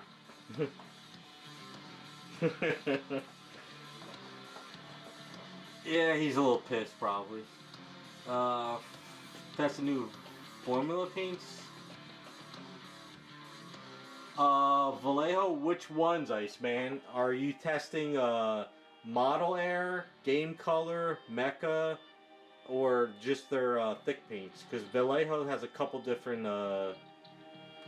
things. But Alright, so the idea for her base is a Magneto helmet and a Juggernaut helmet. So Juggernaut helmet might be more like here, like this. And then once I get the Xavier School of Institute signed from Raz and I break it up, it'll look like a rubble base. Game color black. Alright, so game colors I find are... they're a little bit thin. They don't really go on as good as their model air colors. I think I have a game color here. Hold on. Let me see if I still have it.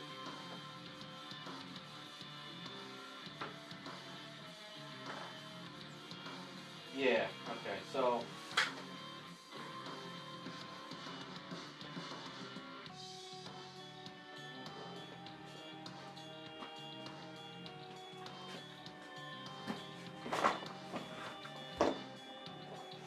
Alright, so these are the game colors, and I have tested these, and I find that they're not...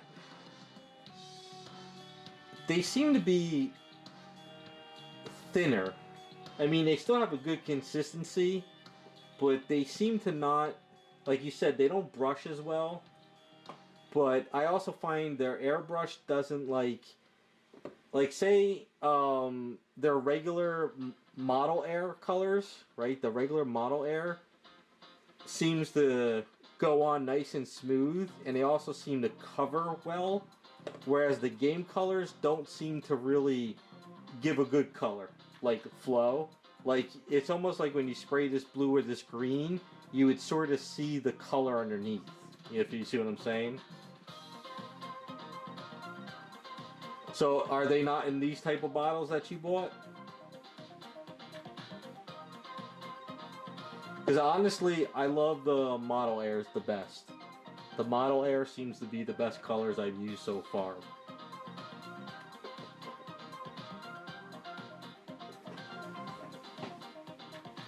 Oh, okay, so they probably... do they look like these? Do they sort of look like these bottles, I guess? Because I find that the Mecha color varnish versus the Vallejo polyurethane varnish, the Mecha color varnish is way better than these varnishes. I don't like how these are like very thick and gooey.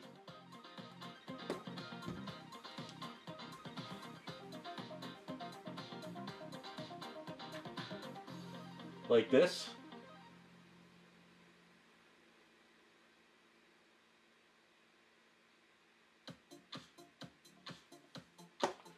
I don't know. All I know is they changed up their formulas, what they told me, so...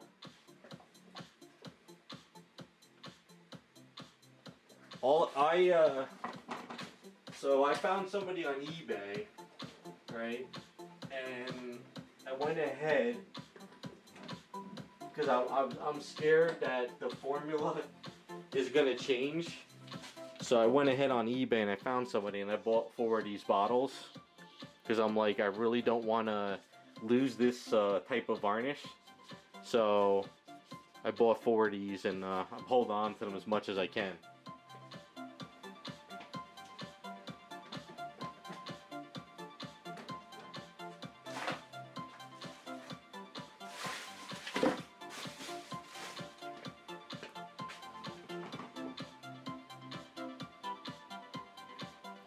They're like these. Well, these I bought probably a year ago. So these are the game color ones, and honestly, I'm not really a fan of the game color brand or the line. They just don't go on very smooth.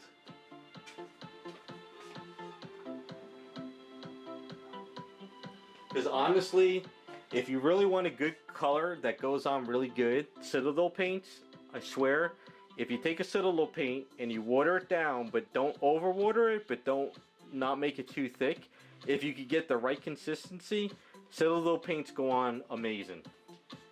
You know, where this Citadel will cover this primer, perfectly smooth, and you won't see anything underneath of it. Whereas this game color, you'll see, like, you might see some of the red show, and you'd have to do another layer. And Citadels also go on great with a paintbrush.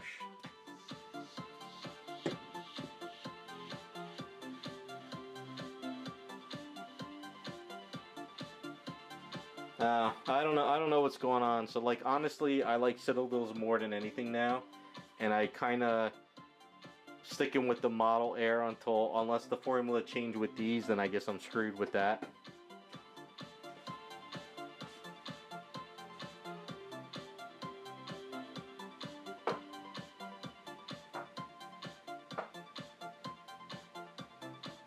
You should also see if where you're at, if you could get Formula P3. These colors are great too if you thin these down and you put it through your airbrush, and these go on great with a paintbrush too. So you should look into these. These are really good paints.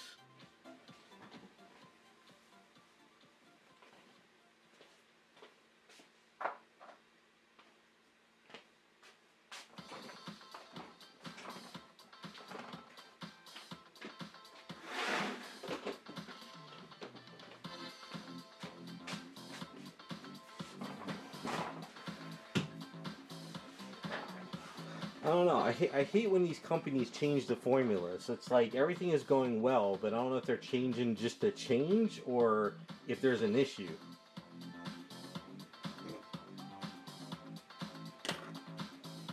I know this helmet isn't perfectly in scale, but it'll fit the base.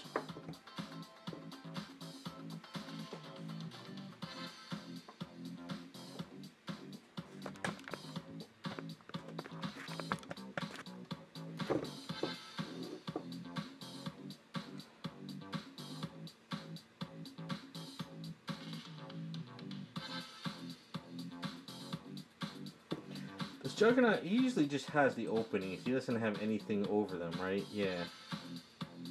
I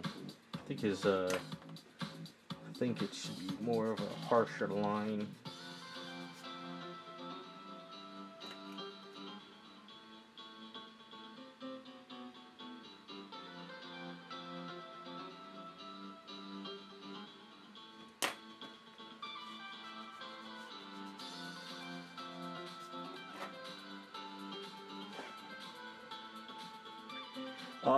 Also, Iceman, it's probably they're trying to cut back on material, you know, with the economy. So they're also probably cutting back, and they're probably like, well, we'll make it a little bit watery so we can get more paint for our buck. So I wouldn't put it past them if they're doing that.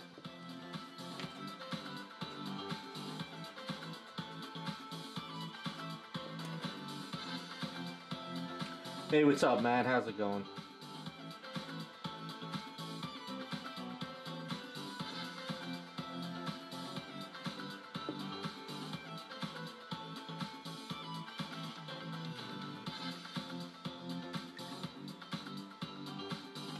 Well, like I always say, Iceman, cheaper doesn't mean better.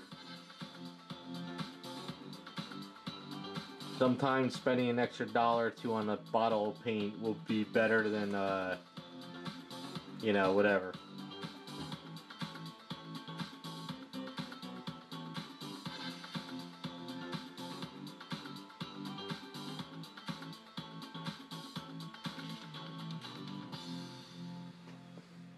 Yeah, that's probably true, Raz. You know, you probably got somebody who's like, oh, well, we can use this cheaper formula, and we'll save some money, but then the brand goes to crap.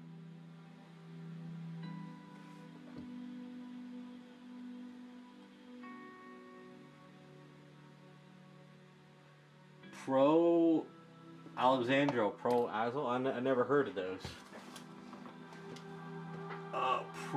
Is it Pro Acrylic or?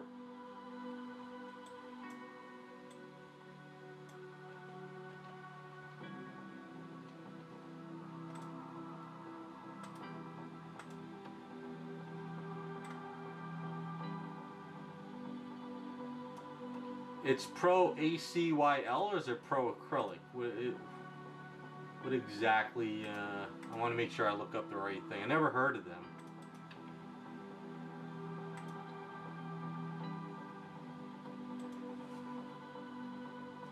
Alright, I found the website. I got it. I've never seen these before.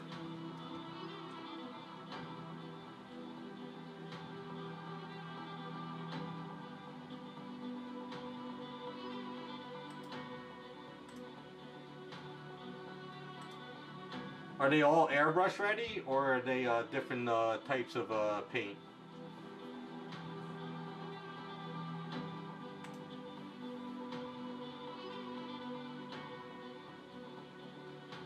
Oh, maybe you did, Raz.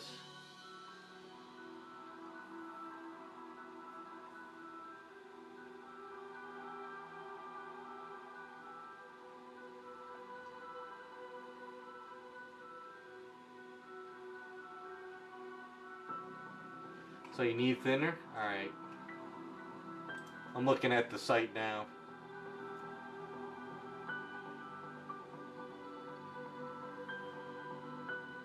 Do they have a skin tone set? Or is it all just basic colors?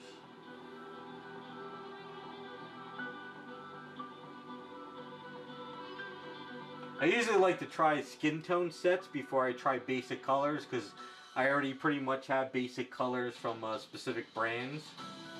But I think skin tones are... oh, they don't have... Alright, so let me type in skin on their website. Let me see what they got.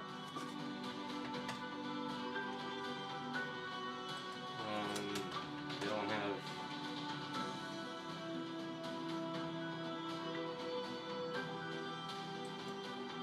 They have advanced flesh tone?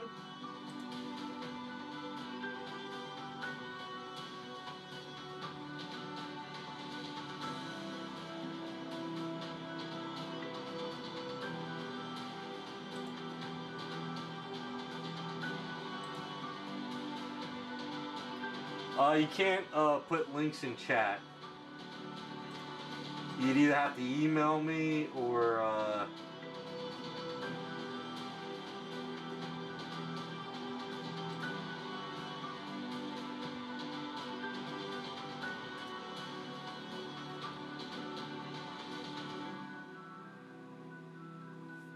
well, when I type in skin, only one comes up.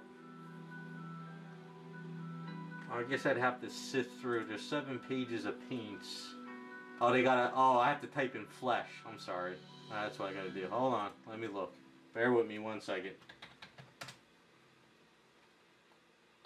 Alright, here we go.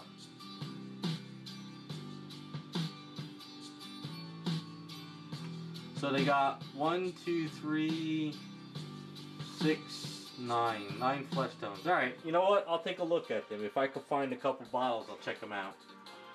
And he said I'll need a thinner too?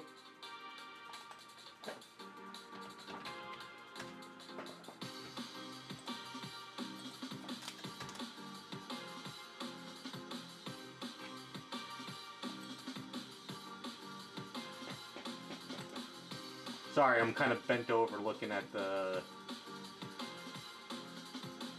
Not really a fan of the well, try to stick to the brand with their specific, I'm not finding a thinner though.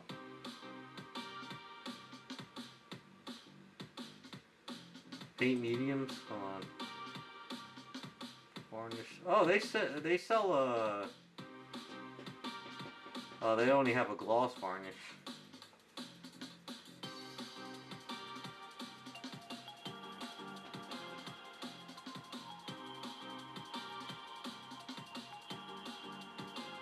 Yeah, at the end of the day it is. I try to stick to the specific brands with thinners, but... Alright, I will try and order some skins and let you guys know after I try them out. My question to you is before I order them, are they thicker acrylic, or are they like... My thing is, so if I spray skin tone on her leg, when it dries, does it dry thick that if I was to sand it, will it peel, or does it sand like it gets dusty? So that's kind of what I'm asking with this type of paint. Only because I'm used to the Garage Kits flesh tones that when you spray them and you sand them, they become dusty. Whereas like Createx, if you sand a Createx, it peels. It doesn't really sand. Dusty. All right, so it would be more of like, I guess you could call it the Garage Kits, which is kind of more of a taxidermy paint, I guess.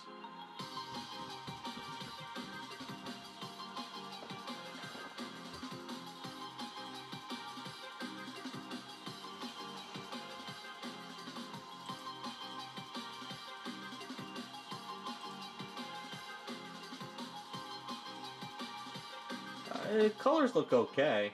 I'll have to take a look at them.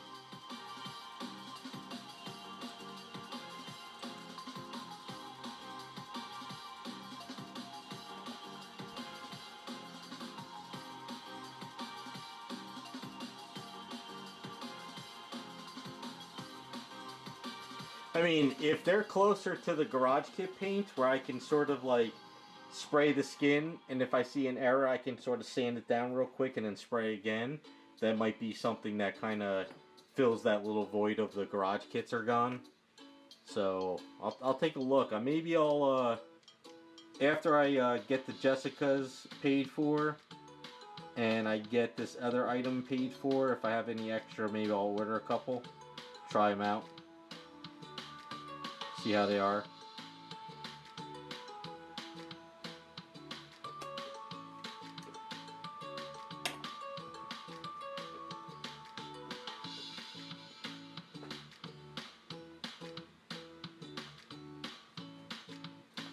Yeah, I don't mind trying them. I just I'm just sick of the rubbery ones. You know, like so the way acrylic works is, I've noticed with statues, when you spray the acrylics on your statue, because acrylic is sort of like it's kind of like, think of it as like a rubber latex acrylic type of thing. It sort of feels like you can nick it very easy with your fingernail, but as the item like really cures over the couple months to a year, the acrylic becomes a little bit harder. Like, you know, like the end of your paints, like, you know, your paints on your thing. So the thicker it is, the more rubbery it feels, like this piece here. But the thinner it is, it sort of gets a little bit tougher. But still, I mean, it's acrylic. You could still scratch it. But like this piece right here, because it's so thick, and I put this paint down the other day, you can stick your fingernail in it. But once this cures up over like the year, it'll be a lot tougher to do that. And that's just acrylic as natural, you know. But you're not supposed to be sticking your fingernail or anything on the statues anyway.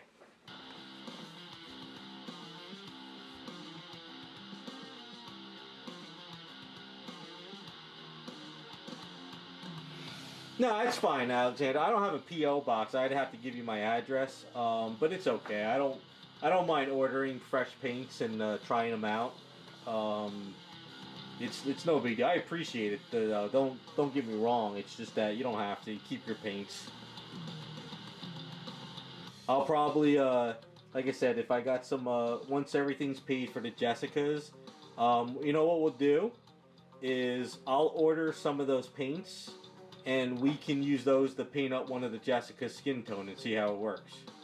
You know, we'll do an experiment. So you figure one of the Jessicas, or if I test the paint and I like it, we could paint all three in that skin tone from that company. So we can do it like on the stream and see how it works.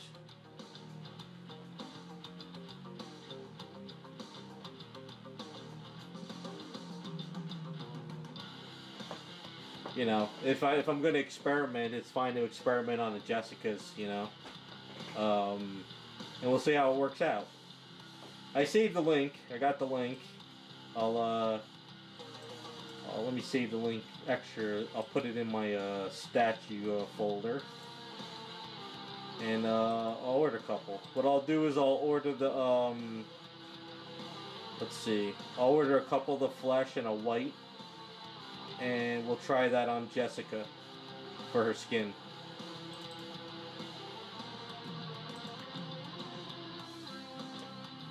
They have a Payne's Gray. Is it a transparency, or is it just like... Let me see. I love Garage Kit's Payne's Gray Transparency. It was like the best friggin' gray ever. I'm so pissed that I can't get that anymore.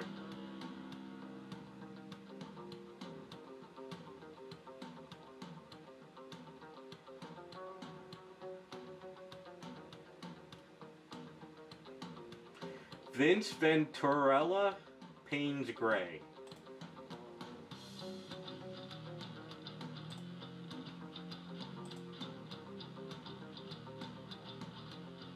Do they have transparencies?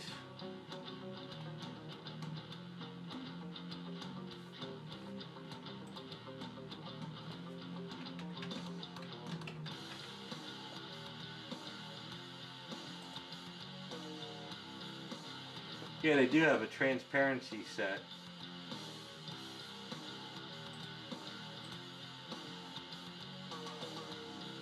Okay.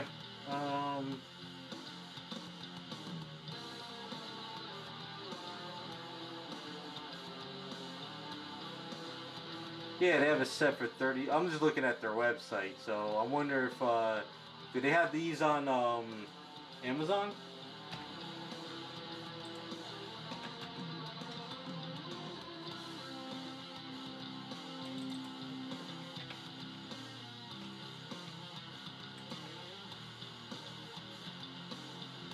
Just want to see the pricing on Amazon versus their site.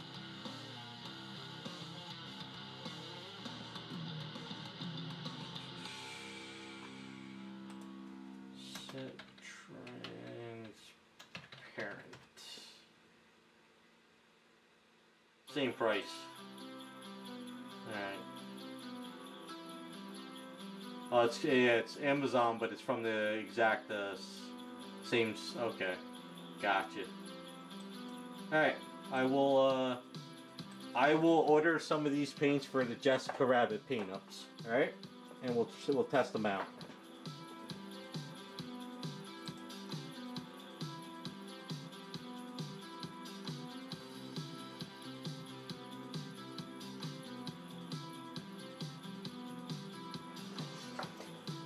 I'm on the site.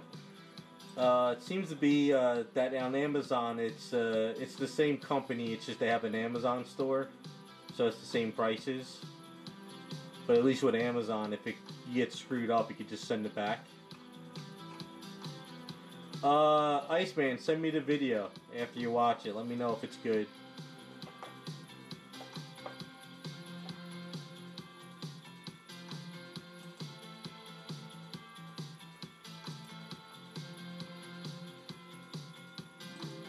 Store locator.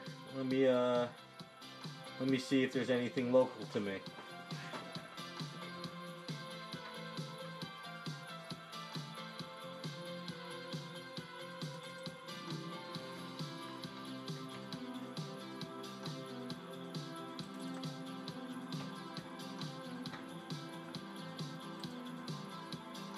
Nope, no stores around me that sell local. That's why I've never seen them. Nowhere in New Jersey. Nowhere close to me, nothing.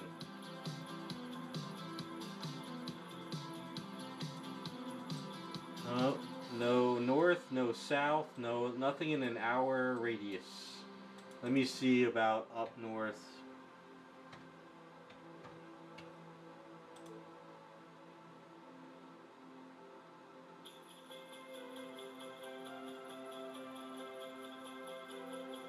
There's one store that sells it, but it's 25 miles away.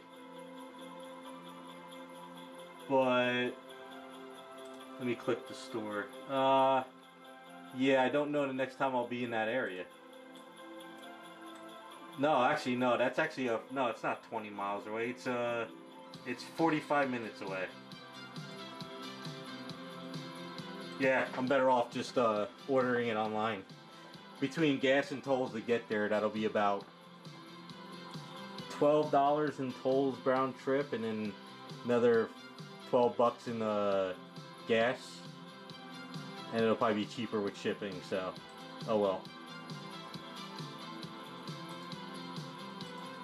I'll just order them off Amazon. Screw it.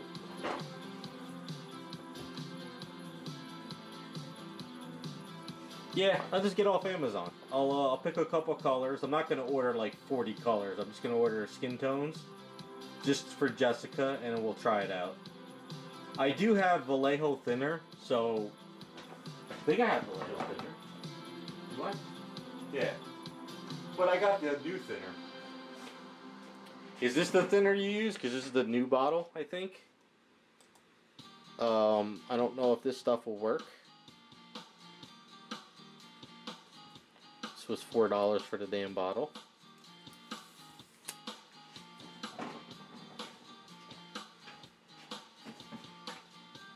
If not, I'll just use my water and alcohol mixture. Yeah, see, this is the new thinner, I guess. That's probably why. Because the Hobby Town by me, they don't.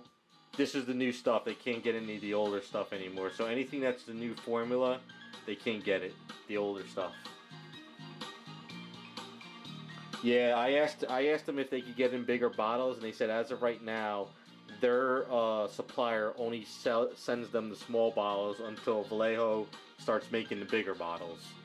I don't understand why, but that's what they told me. I also got this thinner. This is acrylic thinner. This is just basic thinner from Scale Color.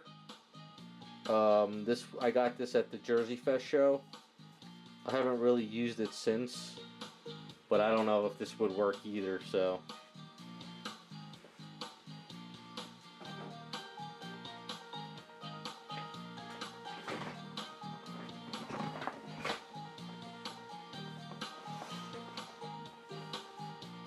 Yeah, pretty soon these paint companies are going to send you just powder, and are going to tell you to mix your own paint on your own, just so they can save money.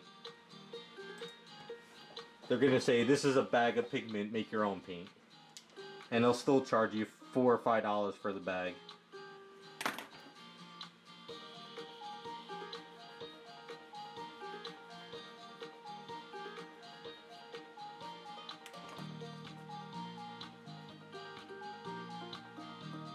Like Golden. Golden had the opaque airbrush. I love their opaque stuff. It was friggin' great paints, and then just as I get used to them, they discontinue the line, and now it's high flow, and the high flow is like watery crap. I hate their high flow stuff. Garage Kit colors were great. That guy went nuts. He lost the company, so those are gone. What other paints that I used to get? There's another brand too, but they stopped a while back. I think I'm cursed. I probably shouldn't say anything anymore. If a company makes a paint, I should just keep my mouth shut and not say anything to anyone. Because usually when I tell people I love this paint, they discontinue it or change it. It's probably some business guy that hates me, and he gets a job at that company just so he can discontinue it on me. Somebody's out to get me. Maybe I cut somebody off on the road one time, and he's been after me ever since.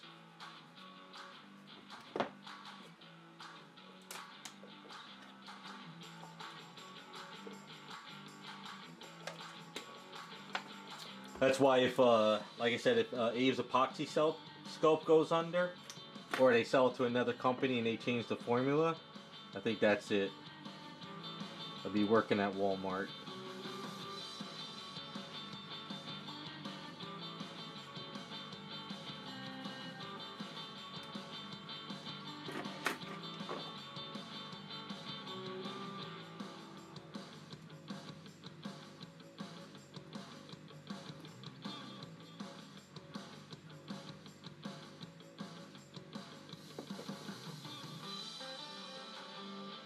I think that looks pretty good. That's lined up pretty good for his helmet.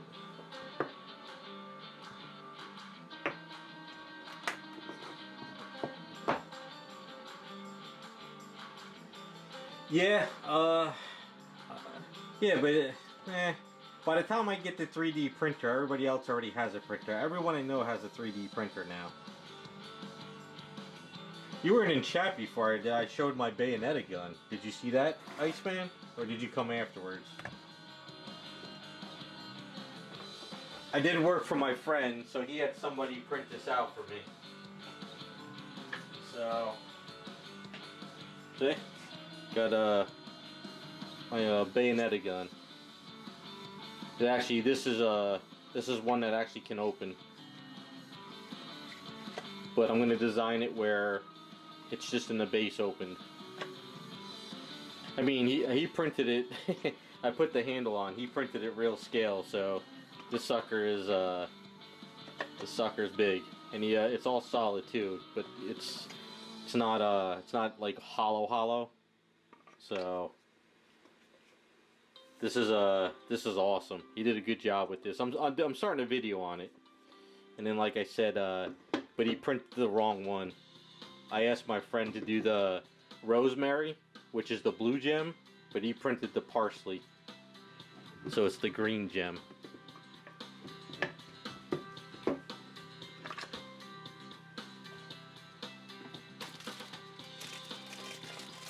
Yeah, I ordered the bigger one, so it's a 33 milliliter. So I got the green gem that goes in. This is actually bigger than the first for 4 figures replica I got. So this one's bigger. As I told in the beginning of the stream, I'm gonna probably ask Raz to print me out the glasses. And I'm gonna have it displayed open like this on a display, and I'll put her glasses underneath, and then it also comes with her lipstick, which is also the bullet, so it goes in like that, but I'll have it displayed like this, opened, and then can have the lipstick and then the glasses there. Kind of a good little display.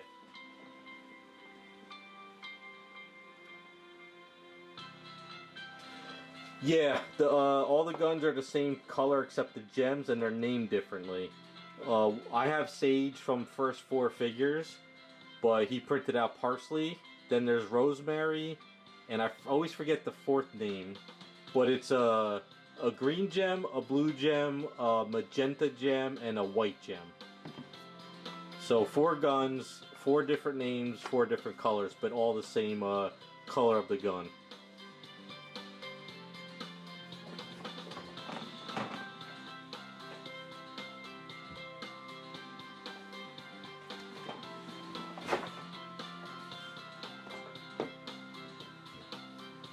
Well, I already have the paint mixed up, and it's exactly like the game that I mixed up for the Bayonetta gun that I did before. So I already have the paints. You know, I got these Inspire paints, and you know, I kind of mix up the color already. So I'll have to buy some. I have enough paint, I think, but I'll probably buy some more, and I'll mix up the color again. And then I'll make I'm gonna buy a gold from this company and try out their gold.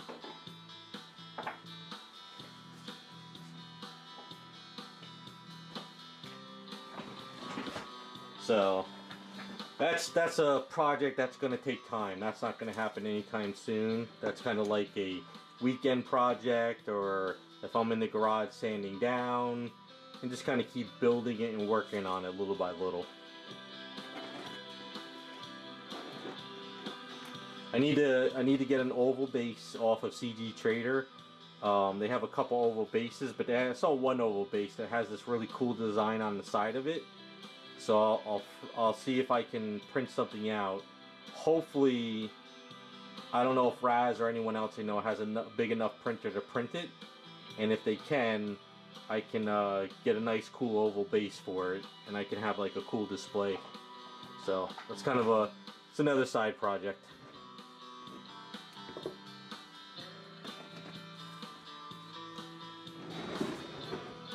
I got way too many side projects.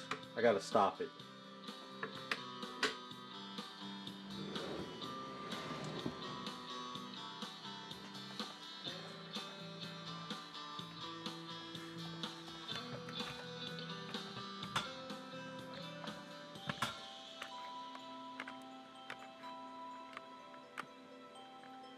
But that being said,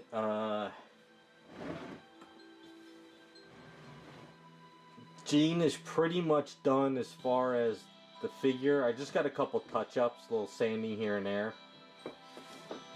I'm pretty happy with the way I changed up her hair. Once I sanded it down, I primed it. It looks a lot better. I just got to go in and I got to seam up this little spot underneath here. And I think there was another seam, I think, underneath here somewhere I have to clean up.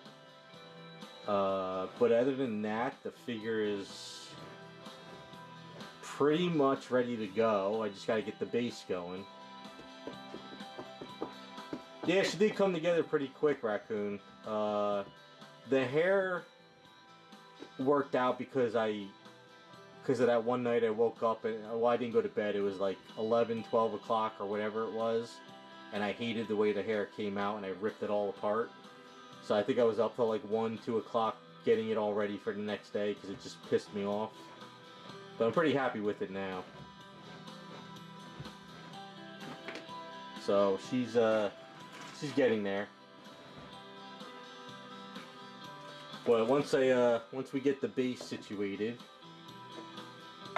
she can start being painted, and I think next week I can sculpt her hair. What did I do? What did I do on this one? So I did the neck.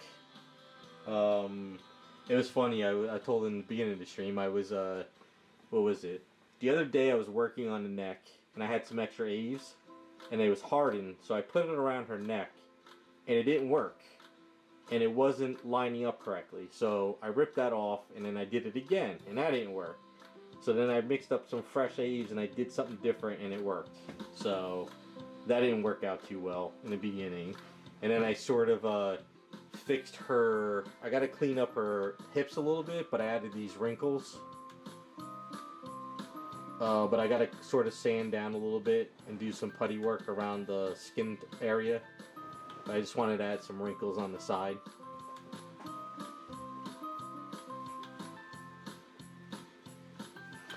No, this, the Jean hair is actually from the premium format Jean hair. This is the back of Jean's hair from the premium format. And then I sculpted all this to blend into the hair.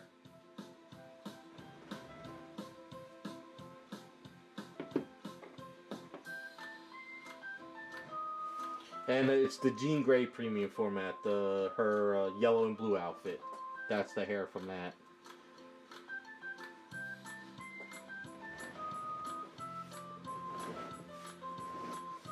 But if you look at Invisible Woman from the side, once we get the hair on, that should look pretty good. Looks a little weird now. And I gotta find a dome for like the clear bubble going around her. I gotta find something for that. So I just gotta like sand some of this down, this little hip bone area, clean up some of this area. Let's just start finish up her hair, fine tune her, and then work on the base. And I can get these two done and out the door. Oh, and also to let you guys know, Lola Bunny and the Harley Quinn both sold on eBay this week too. So that was a pleasant surprise. I put her up on Sunday, and I think Monday or Sunday night they sold. So if that person ever watches the stream, thanks for the purchase. So that's good because we can I can afford to get the Jessica Rabbits paid off from Raz, and I could probably order some of those paints.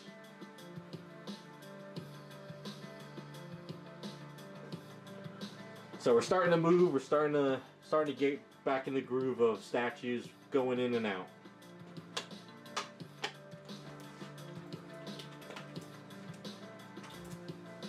And hopefully when these two are done, I'll put these up on eBay, and then hopefully they move as well. I didn't think they would go that quick, Raccoon. But yeah, somebody did a buyout on them on eBay right away, so I'm pretty happy.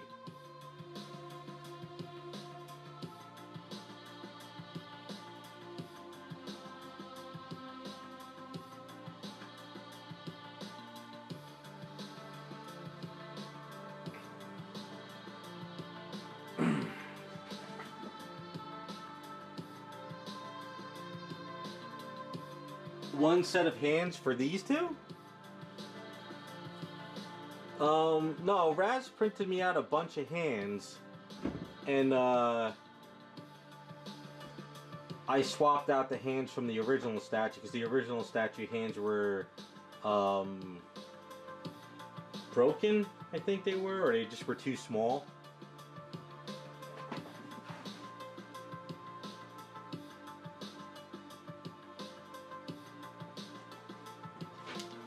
Yeah, I haven't, you can see the fingernails here. I haven't actually filled that in with the glove yet. And, but these, I sort of filled in.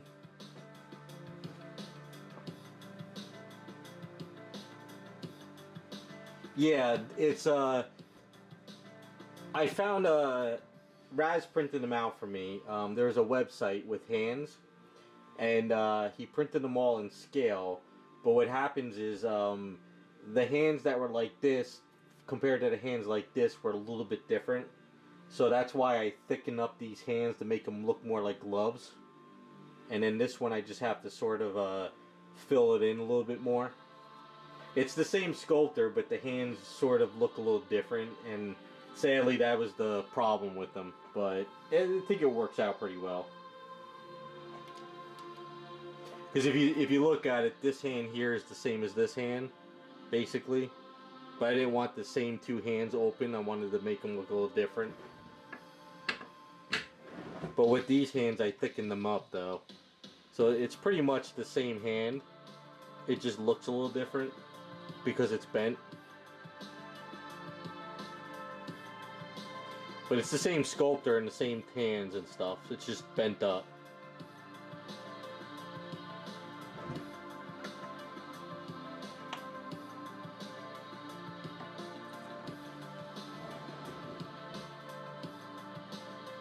It's an illusion. I mean, if anything, these hands are sort of the same sculptor, but for some odd reason, this thumb was just a little bit bigger. So I just, you know, I'll have to sort of sand it down a bit.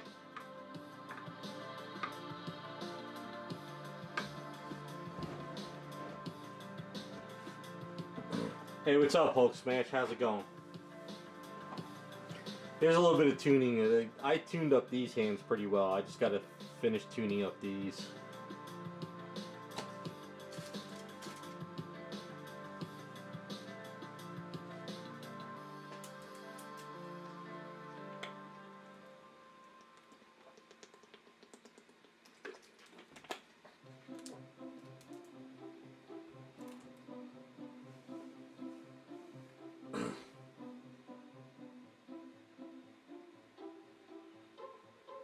Well, that's good, Hulk. Hopefully it's working out.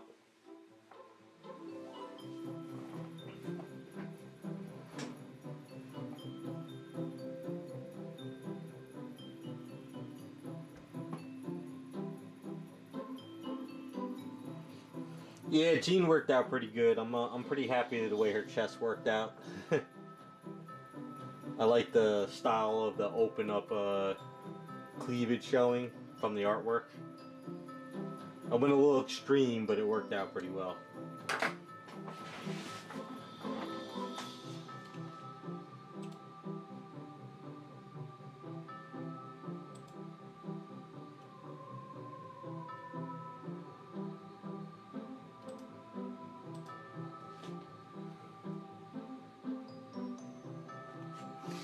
Yeah, skirt worked out pretty well.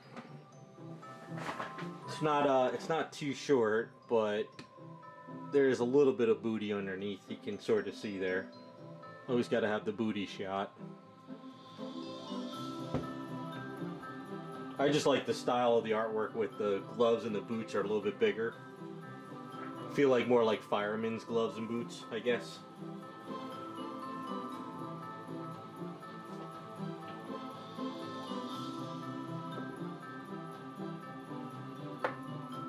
But once Raz finishes up the Jessica Rabbits and the sign, get the base going, and it's a little bit of a throwback to like early X-Men with the helmet and Juggernaut's helmet, I guess. Something, nothing too crazy. I'll make them worn out and beat up and dented and scratched. But I think Juggernaut's helmet should go up a little bit more with dirt and rubble, so it looks like she's kind of hovering over it a bit instead of down here.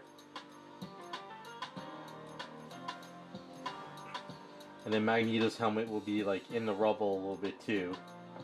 And then I think the Xavier sign sort of broken.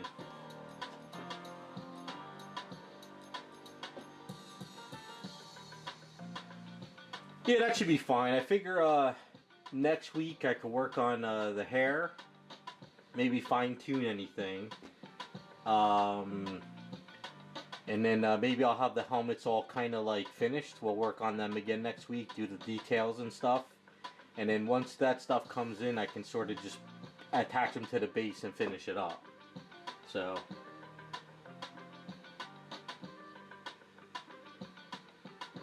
Yeah, Jacob, I figure once, what I'm going to do too is I got to make up another base this week.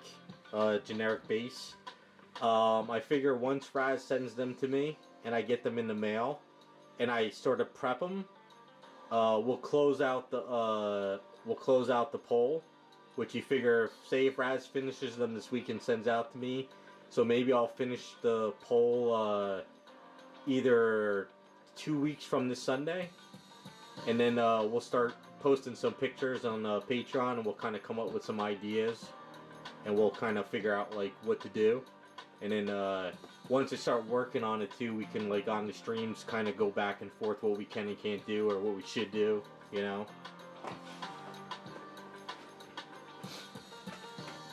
Like for example, you know, we can what was it? So say the nun wins on Patreon, we can sort of keep the Patreon, the vote on the nun and stuff, but then on the say the sexy cop wins for public, we can kind of go over that on stream and kind of go back and forth on ideas. I don't know, for like say the cop one, you know, we can do the cop's uniform, and we can have it where the buttons are sort of really stretched, and we could do a short mini skirt, or we can do a slit skirt. You know, where it's like sort of slit and you see one leg kind of covered and one leg kind of is out. Yeah, we could come up with ideas like that. I guess you could do a police outfit from a UK versus like a US outfit. You know, like how they have those UK police hats. If I can get a hat on that head, I'm not sure how that'll work yet.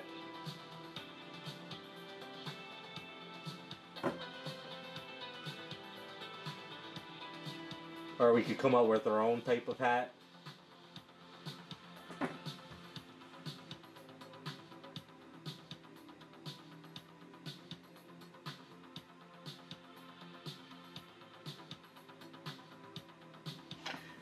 No, Jacob. So what it is those Jessica Rabbits are a 3D print, and in that 3D print, there's a version with the outfit, and there's a nude version.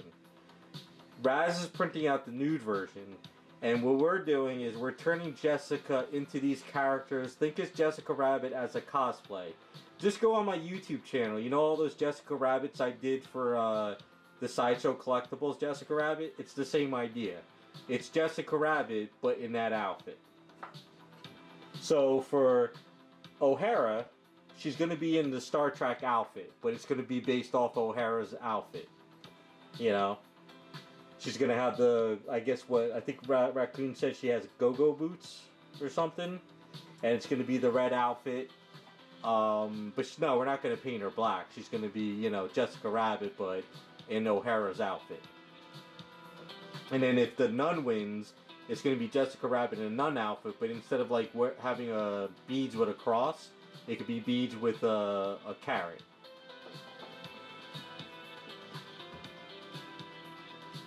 Yeah, just think of Jessica Rabbit in cosplay, but it's that version.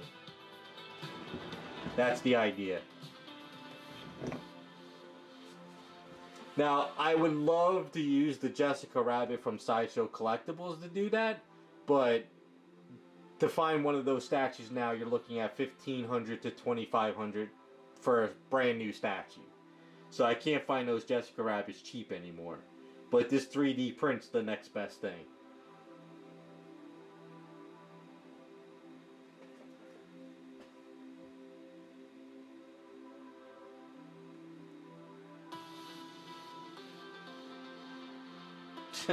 Pretty much, Hulk. And that Jessica Rabbit that sculpt did, I think, is so far the best 3D print out there. And I also like it because there's a nude version. It's easier to work off of a nude model than the outfit on her and then have to chop down the outfit. That's why I chose that Jessica Rabbit, because they have a nude version. It's like getting an anime kit of a, an anime girl that's basically, you just got to put all the parts together.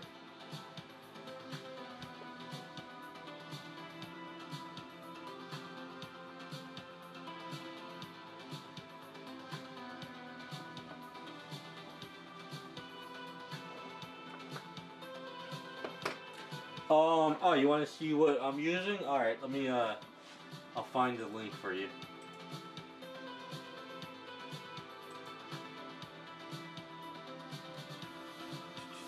I'll go on CG Trader.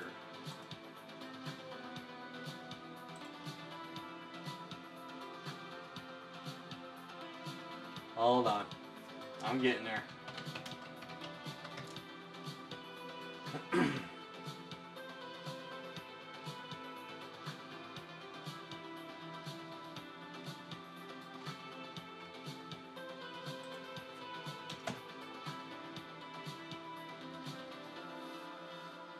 Why is it not coming up?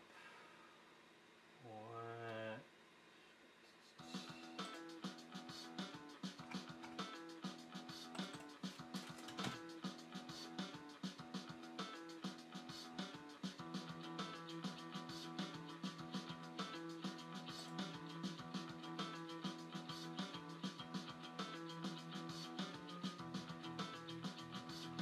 Alright, it's not coming up there.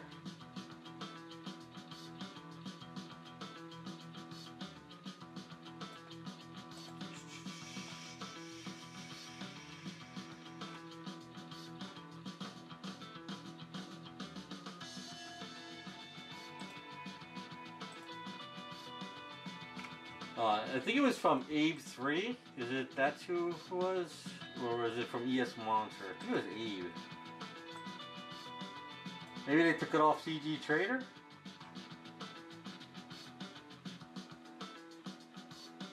No, it's not. I don't think it was him.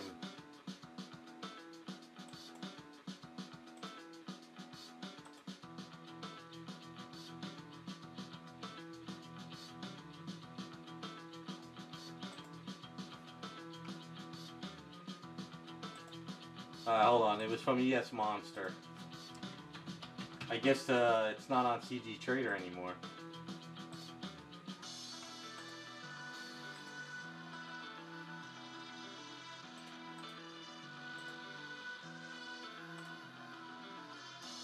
I'm not gonna post the nude version in chat.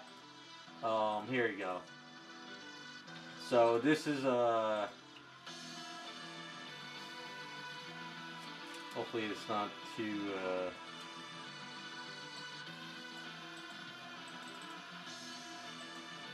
no, I can't. It's too. Damn it. I will. I'm just gonna post this Patreon.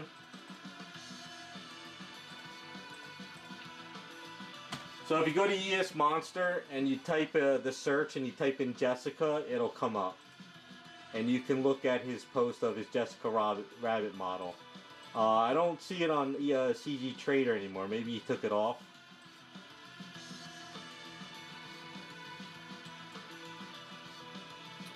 But yeah, if you go there and you type in Jessica in the search, you can see it.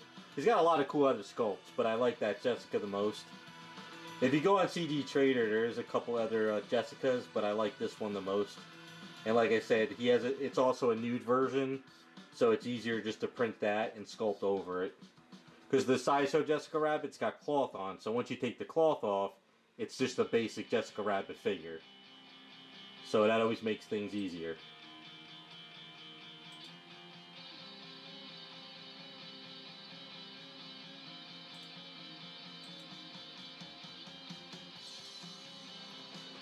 So that's the Jessica we're going to be using.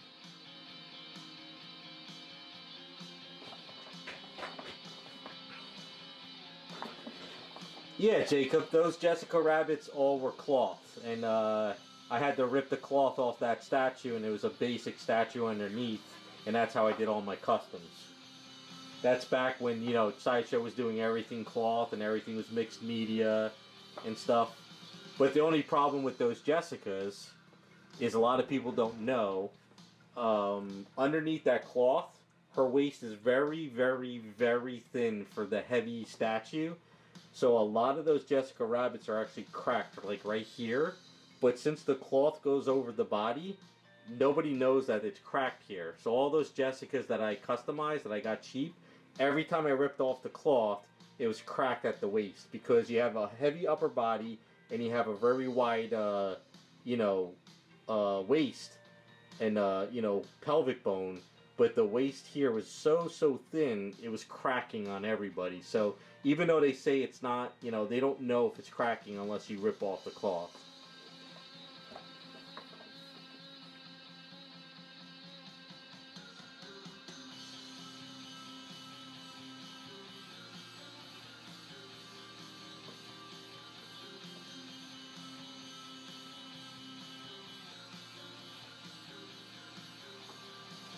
Yeah, everyone's doing Cammy statues and stuff. And I think ES Monster or Abe 3D just did another Velma standing on the tombstone, which is not bad. I actually like it. It's just her legs are a little too thick. So I'm debating on which Velma I want to... Not Velma I want to print. Maybe next year for myself. But sand down the legs and redo them.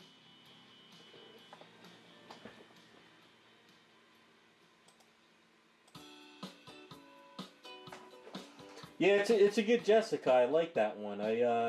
When I first saw it, I was like, oh man, that would be an awesome item to make, Jessica Rabbits in cosplay. And that's why I decided to do that for the next batch of items. Now, I know she's got gloves on her arms, so, depending on what character wins, we can sand down those gloves. We can make bare arms, or we can make, we'll figure it out. We'll see what we can and can't do.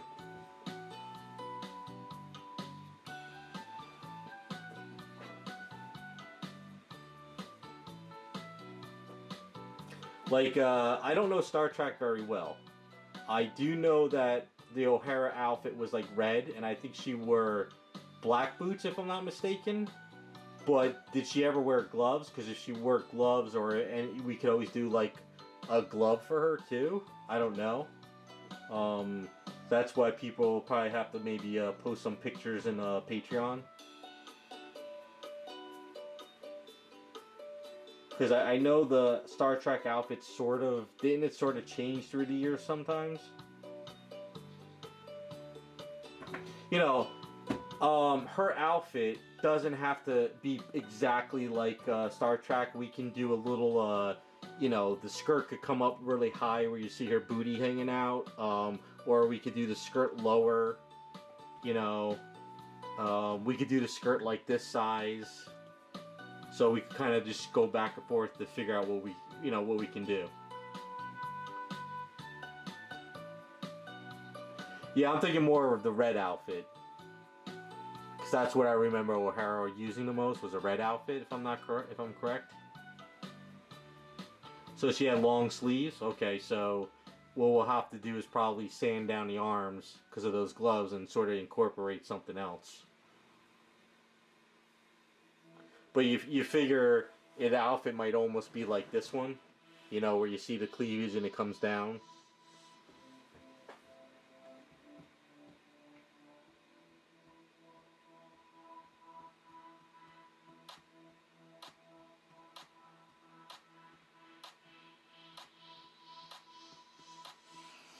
A midriff with the sash showing? Alright, we'll have to look up that image. I think what we'll do is, I don't know, on Patreon, can you guys link pictures on Patreon? If not, you could send me emails.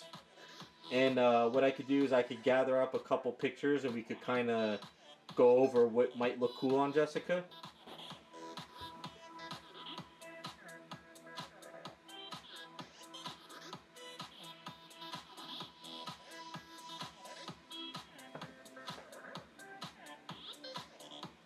The only issue though is her hands are on her hips.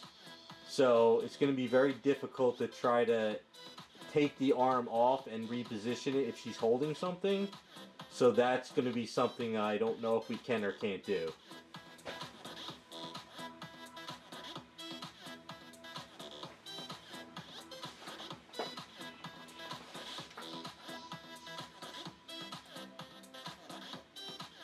I mean, I'll look up some pictures now real quick. Hold on.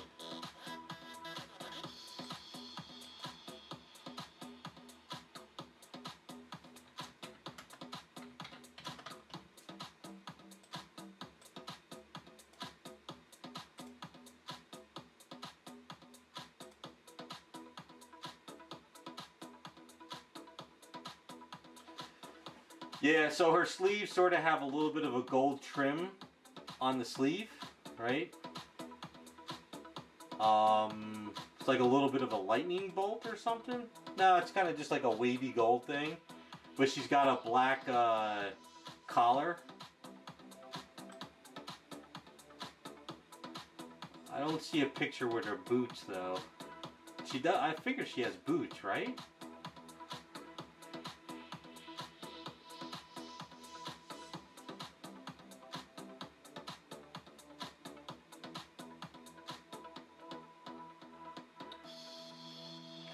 Yeah, we can definitely put an earpiece in Jessica if her ears are showing.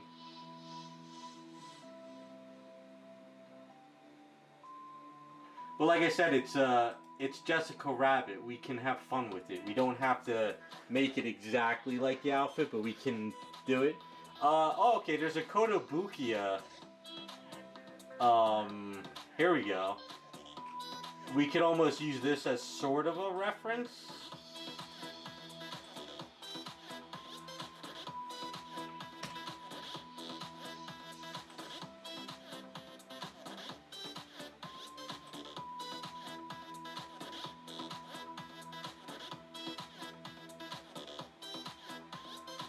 Yeah, so you see that Kotobukiya, right? So that's kind of like, you know, we don't have to make the skirt that low. We can make it a little bit shorter on Jessica.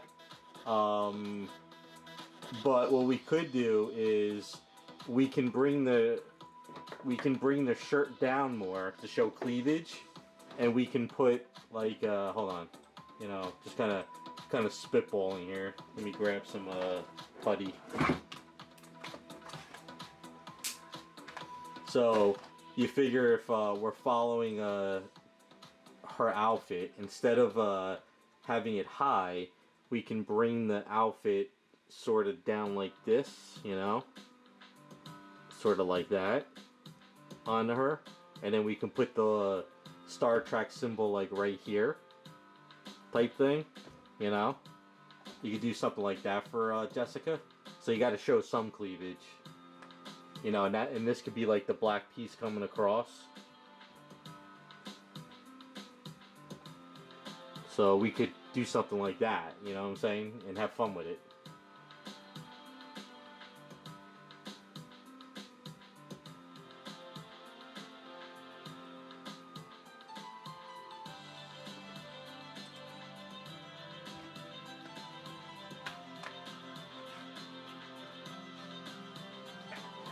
Alright, so let me, O'Hara mirror. Alright.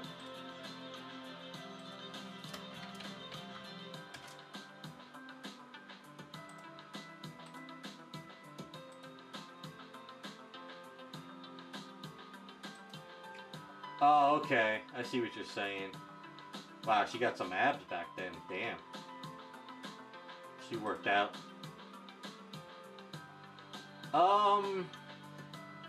Yes, but would many people know that that's Star Trek? You know what I'm saying? I was thinking more of her classic outfit.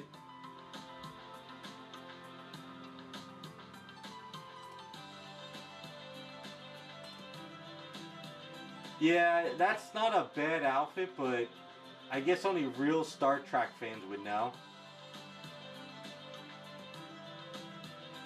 I kind of want to keep it more of a everybody would know that's a Star Trek outfit than just Star Trek fans.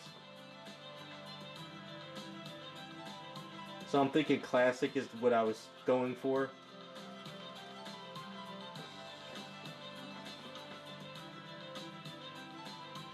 See, if you didn't tell me that was Star Trek and I saw her in that outfit, I wouldn't even know that was Star Trek. No, I mean, it's not a bad option. I just don't think many people who don't watch Star Trek would know what that is. But if you put Jessica in a red and black skirt outfit with the symbol, everybody would probably, oh, that's Star Trek, you know?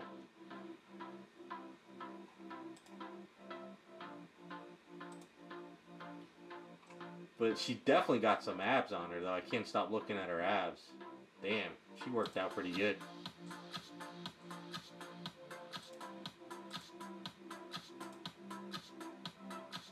It's definitely a good outfit, I'll say that much.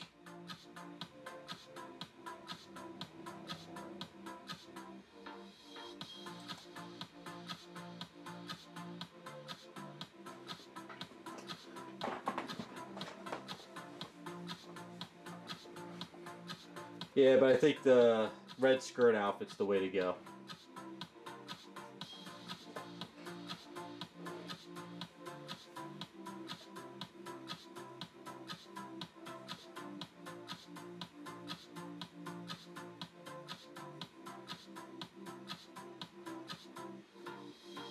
But you could put up Jessica Rabbit cop. I think there's a lot of artwork on that.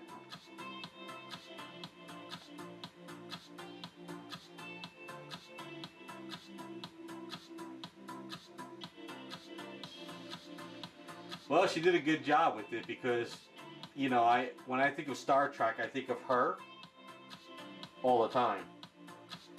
I think growing up, I always remembered Kirk, Spock, and O'Hara. I don't really remember most of the other characters. But then again, I wasn't a Star Trek fan.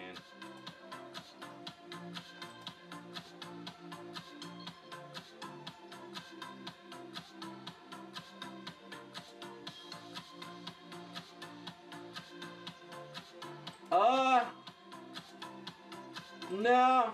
When I think of Scotty and Sulu, I think of Jim Carrey, you know? Like I said, my brother and father watched, I think, Star Trek, but I really don't remember Scotty, Sulu, or Bones that much. I think of just Kirk, Spock, and O'Hara. Um,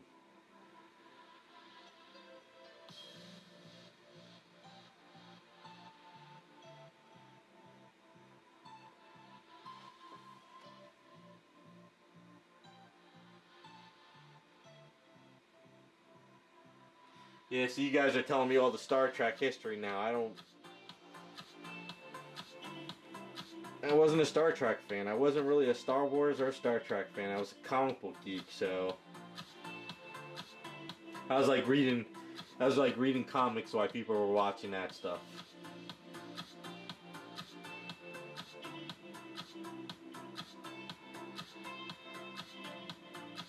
I'm saying the name wrong. It's Uhara or O'Hara. I don't know. I butcher everything.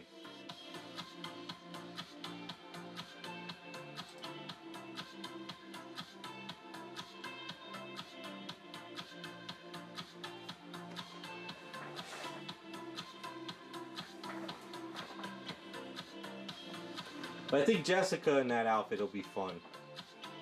Too bad that her hands on her hips. If her hands weren't on her hips, she could be holding like a carrot type thing.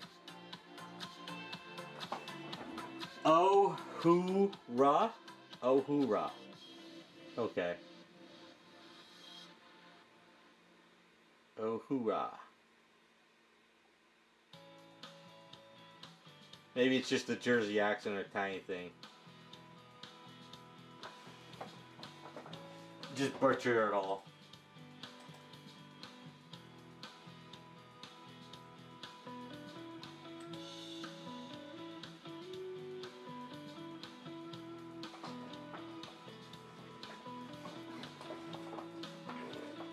Yeah, so far it's going to be Star Trek, The Nun, or The Cop.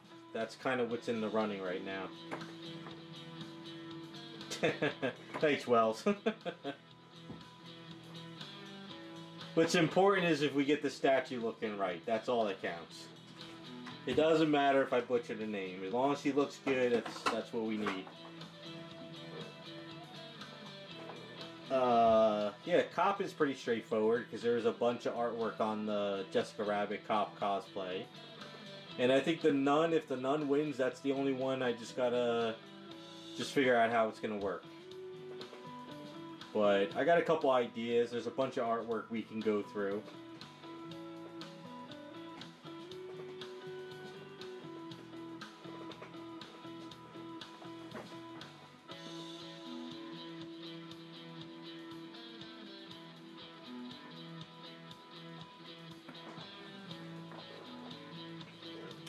Yeah, the Kotobuki is a good start. I just found it now, just looking, so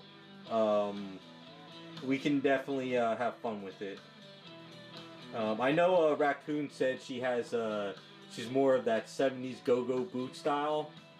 So I don't know if we should do laces or if we should do like a zipper.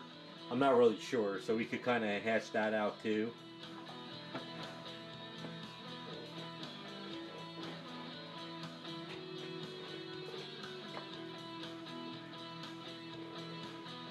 And I had no plans to put Roger Rabbit on the bases because that'll cost a little too much to do that. So it's just mostly Jessica's. That's the goal. A zipper on the side, okay. So yeah, I forget Go. I'm not really sure the era, so I'm not sure if it would be laces or a zipper or I don't know if we should do loose boots or tight boots, you know. We'll have to. I know she's gonna have the heels, so we'll work the heels into the design.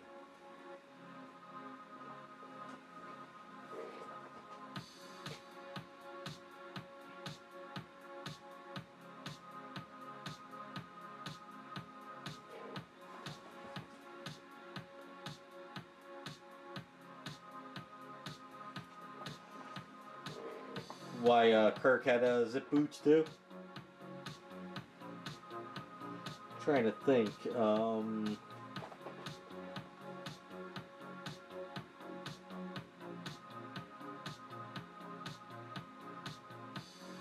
Now for Star Trek, would you guys want the symbol on her chest from Star Trek or a different fun symbol? Like, well, it'll be kind of small, so which better, putting the Star Trek symbol on or sculpt like a carrot symbol? I don't know, I'm kind of brainstorming now.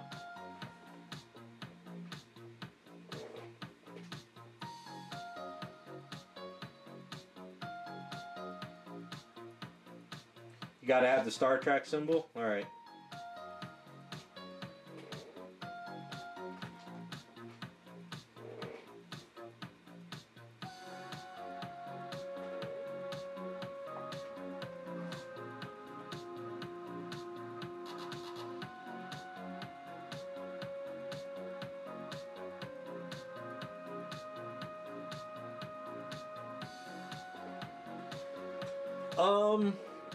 You know, you said she's got an earpiece. We can sculpt a carrot earpiece instead.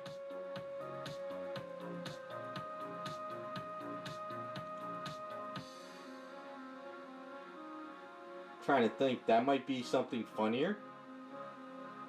So instead of like, because it is like, you know, Toontown. So a carrot earpiece might be a little bit funnier, you know?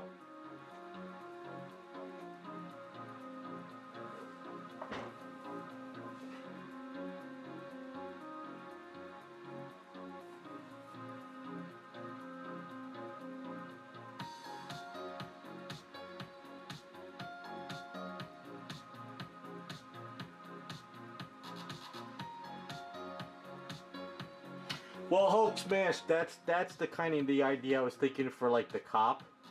So instead of like a gun on her hip, we put a holster with a carrot in it. But the only problem with this Jessica Rabbit statue is both her hands are on her hips, so she can't be holding anything. And trying to reposition her arm, I don't know. I haven't gotten the kit yet, so I don't know what I can and can't do yet. So that's another problem. You know, so I have to see what my limitations are. You know, because if her hand is going on her hip and I was to reposition it, would it not work with her pose? You know what I'm saying?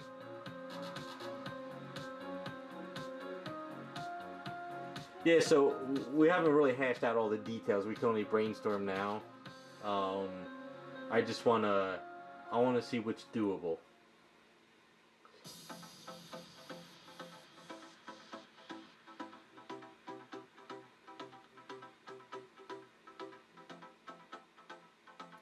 Eh,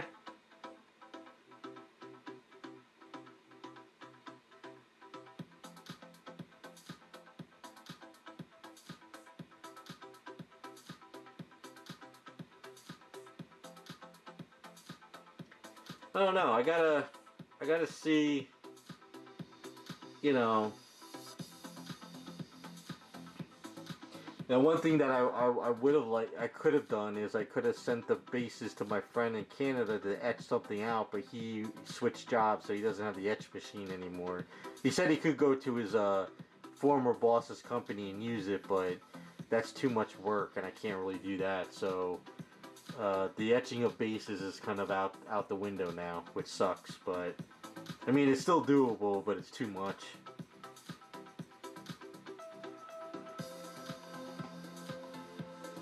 Yeah, like I said, we'll hash the ideas. Right now, we're just brainstorming. My concern is just if I can reposition the arm and then put something in her hand, but then we have to print out hands or resculpt the hand. That's another issue altogether.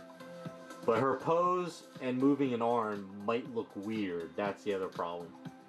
You know, the other Jessica from Sideshow worked out when I repositioned the arms, but we have to see if this one can do it.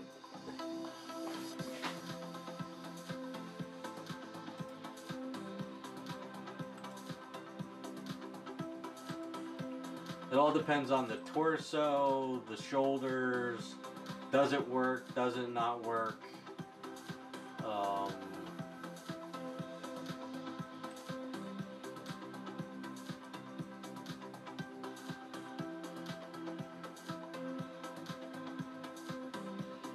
Let me look at the 3D file again real quick.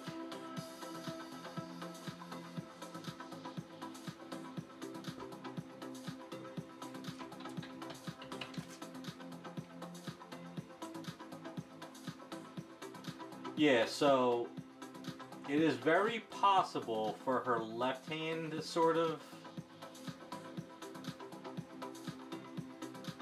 break it, but I'm not sure.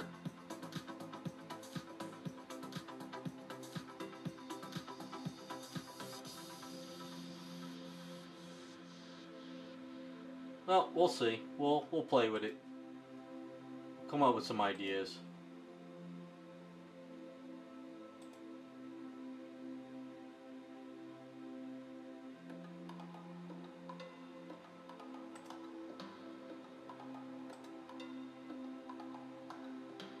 The only downside is her gloves and her arms are textured, so if I was to reposition her arms or take that down, I have to sand all that and do it. So that's the only downside with the arms. Um, but as far as her heel and legs and everything, it's pretty straightforward.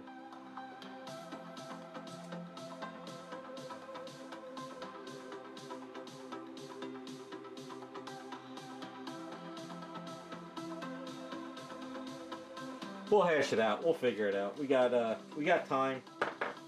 We'll kind of, once they're in hand, we'll say, okay, I can do this, I can't do this, I can do that, you know. Oh, Iceman, yeah, that's Hobby Town by me that was carrying the Vallejo paints. They're not carrying the airbrush anymore because their customers paint only miniatures, and they didn't like the airbrush stuff because it didn't dry fast enough, so they're switching over to like miniature paint. So sadly, I think they're kind of moving toward that, which sucks.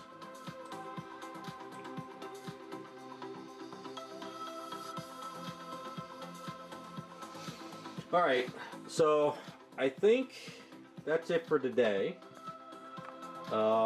Hopefully next week we can work on her hair a little bit, and then maybe Raz will have everything on the way to me, so the week after that we can start planning some stuff out a little bit more. But all in all, I think we're going in the right direction. Yeah, I'll do the CGC tomorrow. I'm going to actually talk to my friend now because I think he's really kind of wondering what the hell's going on, so he probably wants to talk to me.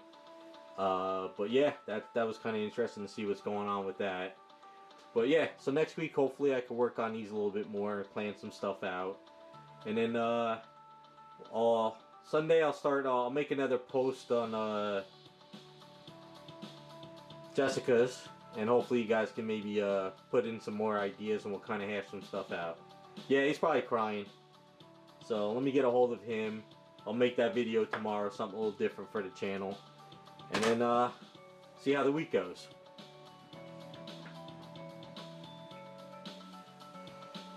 But yeah, Iceman, I got your video. I'll check it out. I'll get back to you. I'm going to order some of those paints for Jessica's. We'll try those out. And then we'll see how things go. So you guys have a good rest of your weekend. I'll post on Sunday on Patreon, and we'll start hashing out more ideas.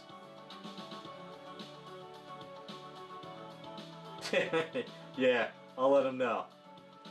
Alright, so you guys have a good weekend. I'm out.